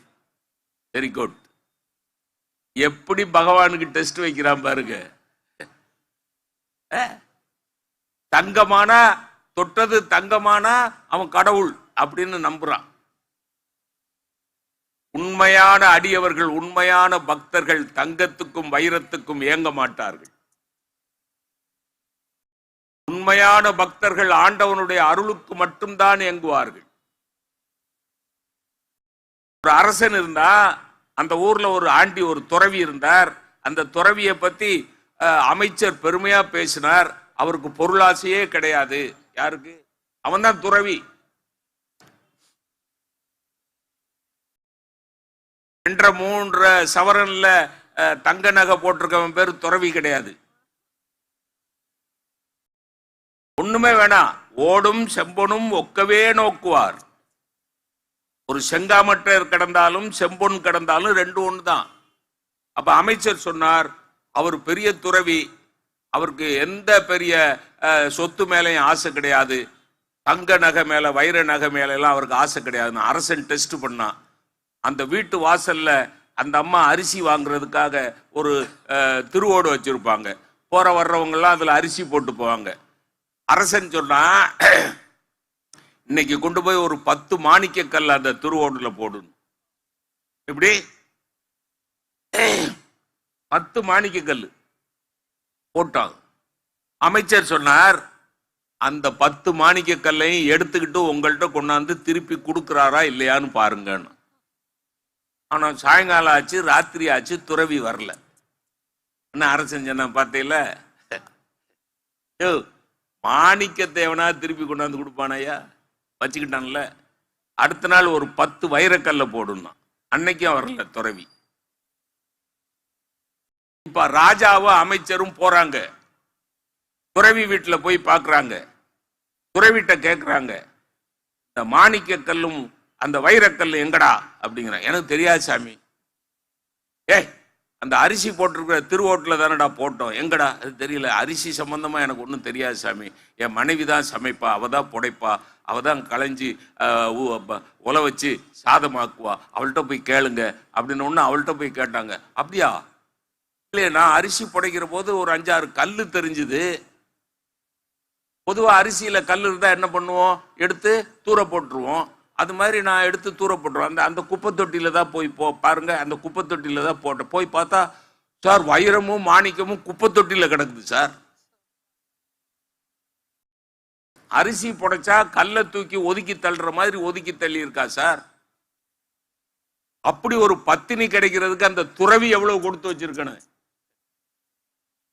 புரியுதுங்களா? எந்த சொத்து மேலையும் எந்த சம்பாத்தியத்தின் மேலையும் எந்த பற்றுதலும் இல்லாமல் எவன் இருக்கிறானோ அவன் தான் துறவி. அவனுடைய ஒரே நோக்கம் சக உயிர்களை நேசிப்பது, சக உயிர்களை பக்குவமாக அவர்களுக்கு உதவி செய்து கடை தேற்றுவது. அதைத்தான் பெரிய புராணம் சொல்லுது. அதைத்தான் தாய்மானவர் சொல்றார். எல்லாரும் இன்புற்றிருக்க நினைப்பதுவே அல்லாமல் என்ன அர்த்தம்? பக்தி. ஆனா பக்தியினுடைய நோக்கம் என்னன்னா எல்லாரும் இன்புற்று இருக்க வேணும். பக்தியினுடைய நோக்கம் என்னன்னா யாம் பெற்ற இன்பம் பெருக இவ்வையகம். வேணா வள்ளலார் சொன்னதுனால சொல்றேன். வள்ளலார் ஒரு 4 கோரிக்கை வைக்கிறார். ஒரு திருவருட்பால 4 கோரிக்கை வைக்கிறார். என்ன தெரியுமா? தப்பேதும் நான் செய்தால் நீ பொறுக்க வேண்டும், தலைவனினை பிரியாத நிலையும் வேண்டுவனே. இறைவா உன்னை பிரியாம இருக்கணும். நான் ஏதாவது தப்பு செஞ்சா நீ என்னை மன்னிச்சிடணும். செப்பரிய மேல்நிலையில் சுத்த சிவ மார்க்கம் திகழ்ந்தோங்க அருட்சோதி பரவியிடல் வேண்டும். சிவ மார்க்கம் உலகமெல்லாம் பரவுறதுக்கு நான் உதவி செய்யணும். சரியா? இப்படி ஒரு 5-6 கேட்டவர். அப்பா நான் வேண்டுதல் கேட்டு அருள் புரிதல் வேண்டும் முதல் வாக்கியம். கடைசியில 3-4 கோரிக்கை வைக்கிறார். முதல்ல கோரிக்கை என்ன தெரியுமா பெரியோர்களே? நான் வேண்டுதல் கேட்டு அருள் புரிதல் வேண்டும், ஆருயிர்களுக்கெல்லாம் நான் அன்பு செய்ய வேண்டும். எங்க வர்றவன் புரியுதா? அதுக்கப்புறம் தான் செப்பரிய மேல்நிலையில் சுத்த சிவ மார்க்கம் திகழ்ந்தோங்க அருட்சோதி பரவியிடல் வேண்டும், தப்பேதும் நான் செய்தால் நீ பொறுக்க வேண்டும், தலைவனினை பிரியாத நிலையும் வேண்டுவனேங்கிற அந்த மாதிரி கோரிக்கையெல்லாம் பின்னாடி. முதல்ல கேட்டது என்ன? நான் வேண்டுதல் கேட்ட அருள் புரிதல் வேண்டும், ஆருயிர்களுக்கெல்லாம். ஆருயிர்கள் அப்படின்னா என்ன தெரியுமா? பயோடைவர்சிட்டி, பல்லுயிர் பெருக்கம். 1 அறிவு முதல் 6 அறிவு வரை உள்ள அனைத்து உயிர்களையும் நான் நேசிக்க வேண்டும். வாடிய பயிரை கண்ட போதெல்லாம் வாடினேன். பிச்சை எடுக்கிறவங்களை பார்த்தா எனக்கு பரிதாபமா இருக்குது, இளைத்தேன். ஒரு நீடிய நோயுற்றவனை பார்த்தால் துடித்தேன். யாரு? நீடிய நோய்னா ஆங்கிலத்துல கிரானிக் டிசீஸ்ங்கிறான் பாருங்க, ரொம்ப நாள் இருக்கிற நோய். இந்த நோயுற்றவனை பார்த்தா நான் எனக்கு பதைப்பா இருக்குது. நமக்கு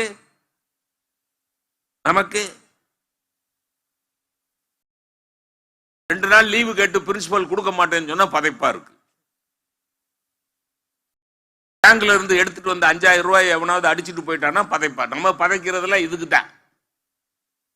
அவரு நோயுற்றவர்களை பார்த்து பதைத்தேன், பசித்தவர்களை பார்த்து இளைத்தேன். அதை விட எனக்கு ரொம்ப அந்த பாடல்ல ரொம்ப பிடிச்சது என்ன தெரியுமா? வீடுதோறு இறந்தும் 10 வீட்டுல போய் பிச்சை கட்டும் யாரும் கொடுக்காம பசியோட படுத்து கிடக்கிறானே, அவனை பார்த்து நான் பதைத்தேன், அவனை பார்த்து நான் இளைத்தேன், துடித்தேன். என்ன சார்? அதுதான் அவர் சத்திய தர்ம சாலைன்னு வச்சு அன்னதானம்னு சொல்லல. அன்னதானம்னு சொன்னா அதை வாங்குறவனுக்கு ஒரு கூச்சம் இருக்கும். சத்திய தர்மசாலைன்னு வச்சார். சார் பிச்சை வேறு ஐயம் வேறு சார். ஐயம் விட்டு உண்ணுன்னு சொன்னீங்கல்ல, பிச்சை வேறு ஐயம் வேறு. நீங்க ஆண்டாளுடைய திருப்பாவை பார்த்தீங்கன்னா ஐயமும் பிச்சையும் ஆந்தனையும் கை காட்டின்னு வரும். ஐயமும் பிச்சையும் ஆந்தனையும் அது என்ன, ஐயம் வேறு பிச்சை வேறு. அதனாலதான் அவ்வை பிச்சை எடுத்து உண்ணுன்னு சொல்லல. அகப்படும் அலை பக்தி தானே இது. ஆனா நோக்கம் என்ன? பக்தி எதற்காக? இப்ப இதான் தீர்ப்பு. பக்தி எதற்காக செய்ய வேணும்? பெருமிழா கோயிலுக்கு போயிட்டு வந்து அர்ச்சனை பண்ணி பெருமையா, அந்த தம்பி சொன்ன மாதிரி அகங்காரமா 18 வருஷம் ஐயப்பன் கோயிலுக்கு போயிருக்கேன் தெரியுமா? பெரிய கிளிமேஞ்சோரல்ல ஏறிட்டான். 18 வருஷம் ஐயப்பன் கோயிலுக்கு போயிருக்கையா? இப்ப நான் குருசாமி தெரியுமா? எந்த கன்னி பூஜைனாலும் என்னை யானையில தான் கூட்டிட்டு போகணும். குருசாமியை யானையில ஏத்தினோன்னு யானைக்கு மதம் பிடிச்சு தும்பிக்கையில வாரி சுருட்டி சாமியேன்னு சப்புன்னு அடிச்சிரு. அகங்காரம் மமகாரம் அகந்தை இருக்கிற இடத்துல பக்தி இருக்காது. அகங்காரமும் மமதையும் உள்ளவன் தொண்டு செய்யவும் மாட்டான். நான் இப்படி சொல்லி தீர்ப்பு சொல்றேன். என் கடன் பணி செய்து கிடப்பதேன்னு சொன்னார்னு மஞ்சுளாமா சொன்னாங்களா? அப்பர் சுவாமிகள் என் கடன் பணி, பணினா தொண்டுன்னு அர்த்தம். ஆங்கிலத்துல அதுக்கு சர்வீஸ்னு சொல்லுவான். சர்வீஸ். அந்த சர்வீஸ்ங்கிற வார்த்தையை நம்ம எல்லா இடத்துலயும் யூஸ் பண்றோம். இங்கு செல்போன் சர்வீஸ் செய்து தரப்படும். எப்படி போர்டு வச்சிருப்பான், இங்கு செல்போன் சர்வீஸ் செய்து தரப்படும். ஹோட்டலுக்கு போனீங்கன்னா டேபிள்ல நோ சர்வீஸ். அந்த டேபிள்ல சர்வீஸ் கிடையாதான். இதெல்லாம் எங்களை மாதிரி பேராசிரியர்களுக்கு சர்வீஸ் ரெஜிஸ்டர் இருக்கா? இருக்கு. சர்வீஸே பண்ணாத வாத்தியாரா இருந்தாலும் அவருக்கு சர்வீஸ் ரெஜிஸ்டர் உண்டு. புரியுதுங்களா? எங்க ஊர்ல ஒரு வாத்தியாரு பள்ளிக்கூடத்துக்கே போக மாட்டாரு. ஒரு பினாமியை அனுப்பிச்சு சம்பளம் வாங்கிட்டு இருக்காரு. அதுல ஒரு கூத்து என்ன தெரியுமா? அவருக்கு சென்ட்ரல் கவர்மெண்ட் நல்ல ஆசிரியர் விருது கொடுத்துருச்சு. நான் கூட கேட்டேன், நீங்க கிளாஸுக்கே போறது இல்லையே, அப்புறம் எப்படி நல்ல ஆசிரியர் விருதுன்னு? நான் போகல, அதனாலதான் கொடுத்தாங்க. நான் போயிருந்தா எல்லா பையிலையும் கெடுத்திருப்பேன். நல்ல வேலை போல இல்ல, அதனாலதான் கொடுத்தாங்க. நல்ல ஆசிரியருங்கிறவன் வகுப்புக்கு போய் பிள்ளைகளை கெடுக்காம இருக்கவன். நல்ல ஆசிரியர்களுக்கு டெபினிஷன் இல்ல, வகுப்புக்கு போய் பிள்ளைகளை நாசமாக்காம இருக்கிறவன் தான் நல்ல ஆசிரியர். என் கடன் பணி செய்து கிடப்பதே சர்வீஸ். ஆங்கிலத்துல ஒரு வாசகம் சொல்லுவார்கள், once you begin serving you become a fragment of God. அப்படின்னா என்ன அர்த்தம்னா, நீங்கள் தொண்டு செய்ய தொடங்குகிற அந்த சனத்திலிருந்து கடவுளின் பிரதிநிதியாக மாறிவிடுகிறீர்கள். அதனாலதான் எனக்கு எல்லா விளையாட்டு பிடிக்கும். கிரிக்கெட் பிடிக்கும், எல்லா விளையாட்டு பிடிக்கும், கபடி பிடிக்கும். ஆனா ரொம்ப பிடிச்ச விளையாட்டு டென்னிஸ் மாதிரி, வாலிபால் மாதிரி. ஏன் தெரியுமா? அதுலதான் சர்வீஸ்னு வரும். அதுலதான் சர்வீஸ்னு வரும். அதை விட முதல்ல சர்வ் பண்ற போது லவ் ஆல் அப்படின்னு அடிப்போம். பாத்தீங்களா? டென்னிஸ்ல பாருங்க, ஃபர்ஸ்ட் பால் போட்டு சர்வீஸ் லவ் ஆல், எல்லாரையும் நேசியுங்கள், எல்லாருக்கும் கொடுங்கள் என்று மறைமுகமாக ஒரு தத்துவத்தை சொல்லிக் கொடுக்கிற விளையாட்டு டென்னிஸ் மாதிரி. அதைத்தான் நம்முடைய இந்து மதம் சொல்லுகிறது. அதைத்தான் அப்பூதியடிகள் சொல்லுறார், அதைத்தான் வள்ளலார் சொல்றார். சரி, பிராக்டிகலா இன்னைக்கு நம்ம முன்னாடி யார் இருக்கா அப்படின்னு பார்த்துட்டா தீர்ப்பு சொல்லிடலாம்.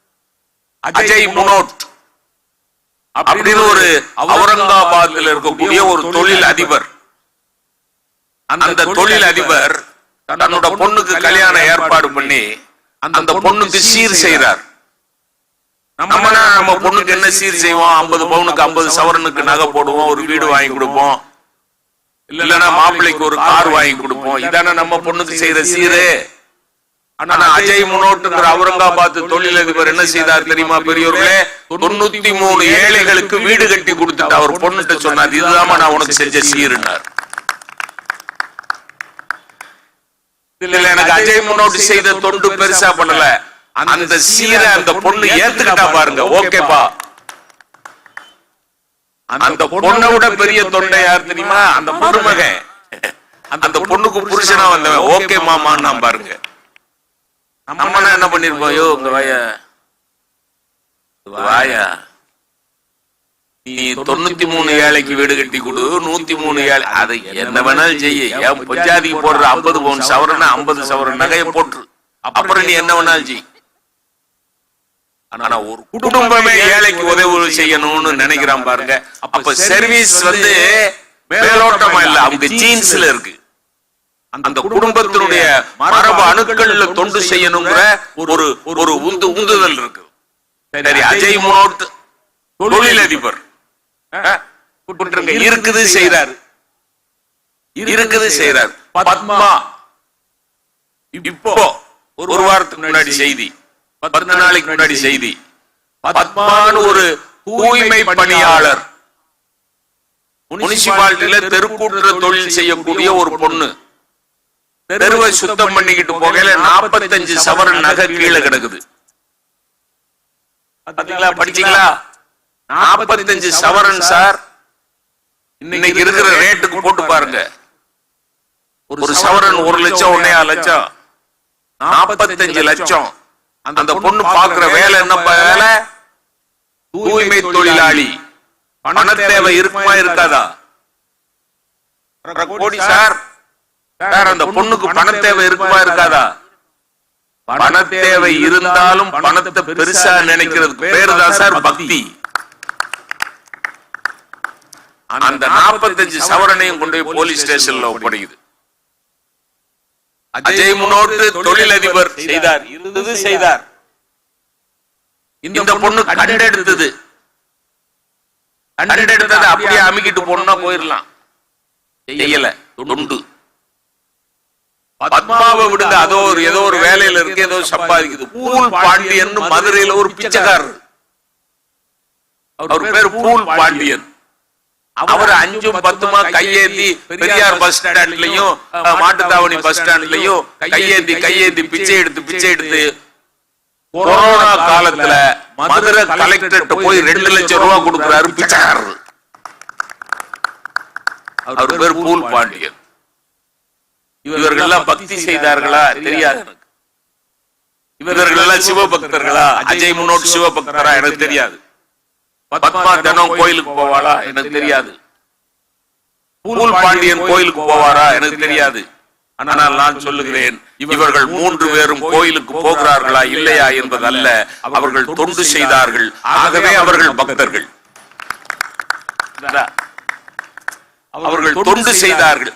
பக்தி செய்து தொண்டராக மாறுவதை விட தொண்டு செய்வதன் மூலமாக பக்தராக மாறுவதுதான் மிகச்சிறந்த நிலை. பக்தி தொண்டாக மாறாத பட்சத்தில் அந்த பக்திக்கு அர்த்தமே இல்லை. தீர்ப்பு பக்தி தொண்டா. நீங்க கோயில்ல எதுக்கு அன்னதானம், கோயில்ல எதுக்கு பிரசாதம்? அம்மா அழகா சொன்னாங்களே, பிரசாதம் எல்லாம் போட்டீங்கன்னா அங்க இருக்கிற ஏழை எளியவங்களுக்கு அதை பகிர்ந்து கொடுத்துட்டு ஒரு துண்டு அல்லது ஒரு கவளத்தை வீட்டுக்கு எடுத்துட்டு போங்க. 5 கிலோ அரிசியில சக்கரை பொங்கல் போட்டுட்டு 5.5 கிலோவை எடுத்துட்டு போகாதீங்க. போட்டதே 5 கிலோ அப்படியே வாளியில வச்சுட்டு கொண்டு வட. எனக்கு தெரிய ஒரு கோயில்ல, தென்காசி திருக்கோயில்ல ஆஞ்சநேயருக்கு வடமாலை சாத்திட்டு 108 வடமாலை சாத்திட்டு வடமாலை சாத்தினா அங்க கோயில்ல வர்ற ஏழை எளியவங்களுக்கு அதை கொடுங்க. பிரசாதம்னாலே பிறருக்கு கொடுக்கிற சாதம் தான் பிரசாதம். இந்த ஃபேமிலி என்ன பண்ணுச்சு தெரியுமா?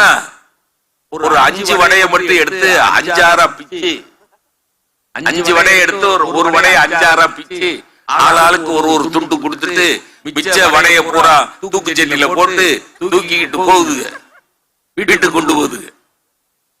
தென்காசி கோயில்ல, குத்தாலம் கோயில்ல கோபுரத்துல குரங்கு நிறைய நிக்கும். இது அது பாக்குது, வாளியில எடுத்துட்டு போறது வடன்னு அது புரிஞ்சிருச்சு. 2 குரங்கு பழிச்சிட்டு பாஞ்சு வாளிய புடிக்கிட்டு ஓடிடுச்சு. வாளிய புடிக்கிட்டு ஓடின உடனே அம்மா சொல்லுது புருஷன்ட்ட, நாசமா போற குரங்கு போச்சு, எல்லாத்தையும் புடிங்கிட்டு போயிருச்சு. யாருக்கு வடமாலை சாத்துன? இல்ல, நீ யாருக்கு வடமாலை சாத்துன? சொல்லுங்க, யாருக்குங்க வடமாலை சாத்துச்சு? யாருக்குங்க? ஆஞ்சநேயருக்கு தானுங்க. ஆஞ்சநேயர் உனக்கு ஒரு அறிவுரை சொல்றாரு, எனக்கு சாத்தின வடைகளை ஏழை எளிய உங்களுக்கு கொடுத்துட்டு போகணுமே ஒழிய வீட்டுக்கு எடுத்துட்டு போக கூடாது. அதனாலதான் என்னோட கான்ஸ்டபிள் ஒருத்தர் அனுப்பிச்சு. யாரு கான்ஸ்டபிள்? அந்த வானரம் வந்ததுல அதான் கான்ஸ்டபிள். கான்ஸ்டபிள் அனுப்பிச்சு பிடிங்கிட்டு போயிட்டேன். வெறுமன அர்ச்சனை, வெறுமன ஆராதனை, வெறுமன அபிஷேகம், வெறுமன தங்கத்தேர், நோ யூஸ். என்னைக்கு பக்தி தொண்டாக மாறுகிறதோ அன்றைக்குத்தான் அந்த தொண்டின் காரணமாக அன்பு பயிர் செழித்து வளரும். நிறைவாக இப்படி சொல்லி முடிகிறேன். மக்கள் தொண்டைத்தான் மகேசனே நேசிக்கிறான். மக்கள் தொண்டைத்தான் மகேசனே நேசிக்கிறான். நீங்கள் பெரிய புராணம் படித்து பார்த்தால் மக்களுக்கு தொண்டு செய்கிறவர்களுக்கு தான் மகேஸ்வரன் அதீதமான அன்போடு வந்து அருள் செய்திருக்கிறார். ஆகவே பெரியோர்களே, பக்தி செய்யுங்கள். அந்த அம்மா சொன்ன மாதிரி மெல்ல செய்யுங்கள், காரியத்தில் பதறாமல் செய்யுங்கள், உங்களுக்கு நல்லது நடக்கும். ஆனால் ஆண்டவன், சதீஷ் சொன்னதே தீர்ப்பா சொல்றேன், ஆண்டவன் உங்களிடத்தில் வர வேண்டுமா? நீங்கள் ஆண்டவனிடத்தில் போக வேண்டுமா? நீங்கள் ஆண்டவனிடத்தில் போக வேண்டும் என்றால் பக்தி மட்டும் போதும். ஆனால் ஆண்டவன் உங்களிடத்தில் வர வேண்டும் என்றால் தொண்டு செய்துதான் ஆக வேண்டும். ஆகவே அன்பு பயிர் செழிப்பதற்கு பெரிதும் காரணமாக இருப்பது பக்தியை விட தொண்டே என்று தீர்ப்பு கூறி வாய்ப்புக்கு நன்றி பாராட்டி விடைபெறுகிறேன். நன்றி, வணக்கம். நன்றி ஐயா. ஒரு பலத்த கரகோஷம் கொடுக்கலாமே. இன்னும் கொஞ்சம் பின்னாடில இருந்து சத்தமே வரல. எவ்வளவு ஒரு அருமையான ஒரு தலைப்பு, எத்தனை அருமையா பேசினாங்க ஒவ்வொருத்தரும்.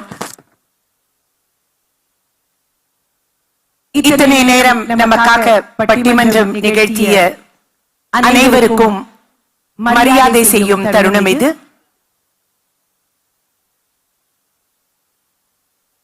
திருக்கோவிலின் சார்பாக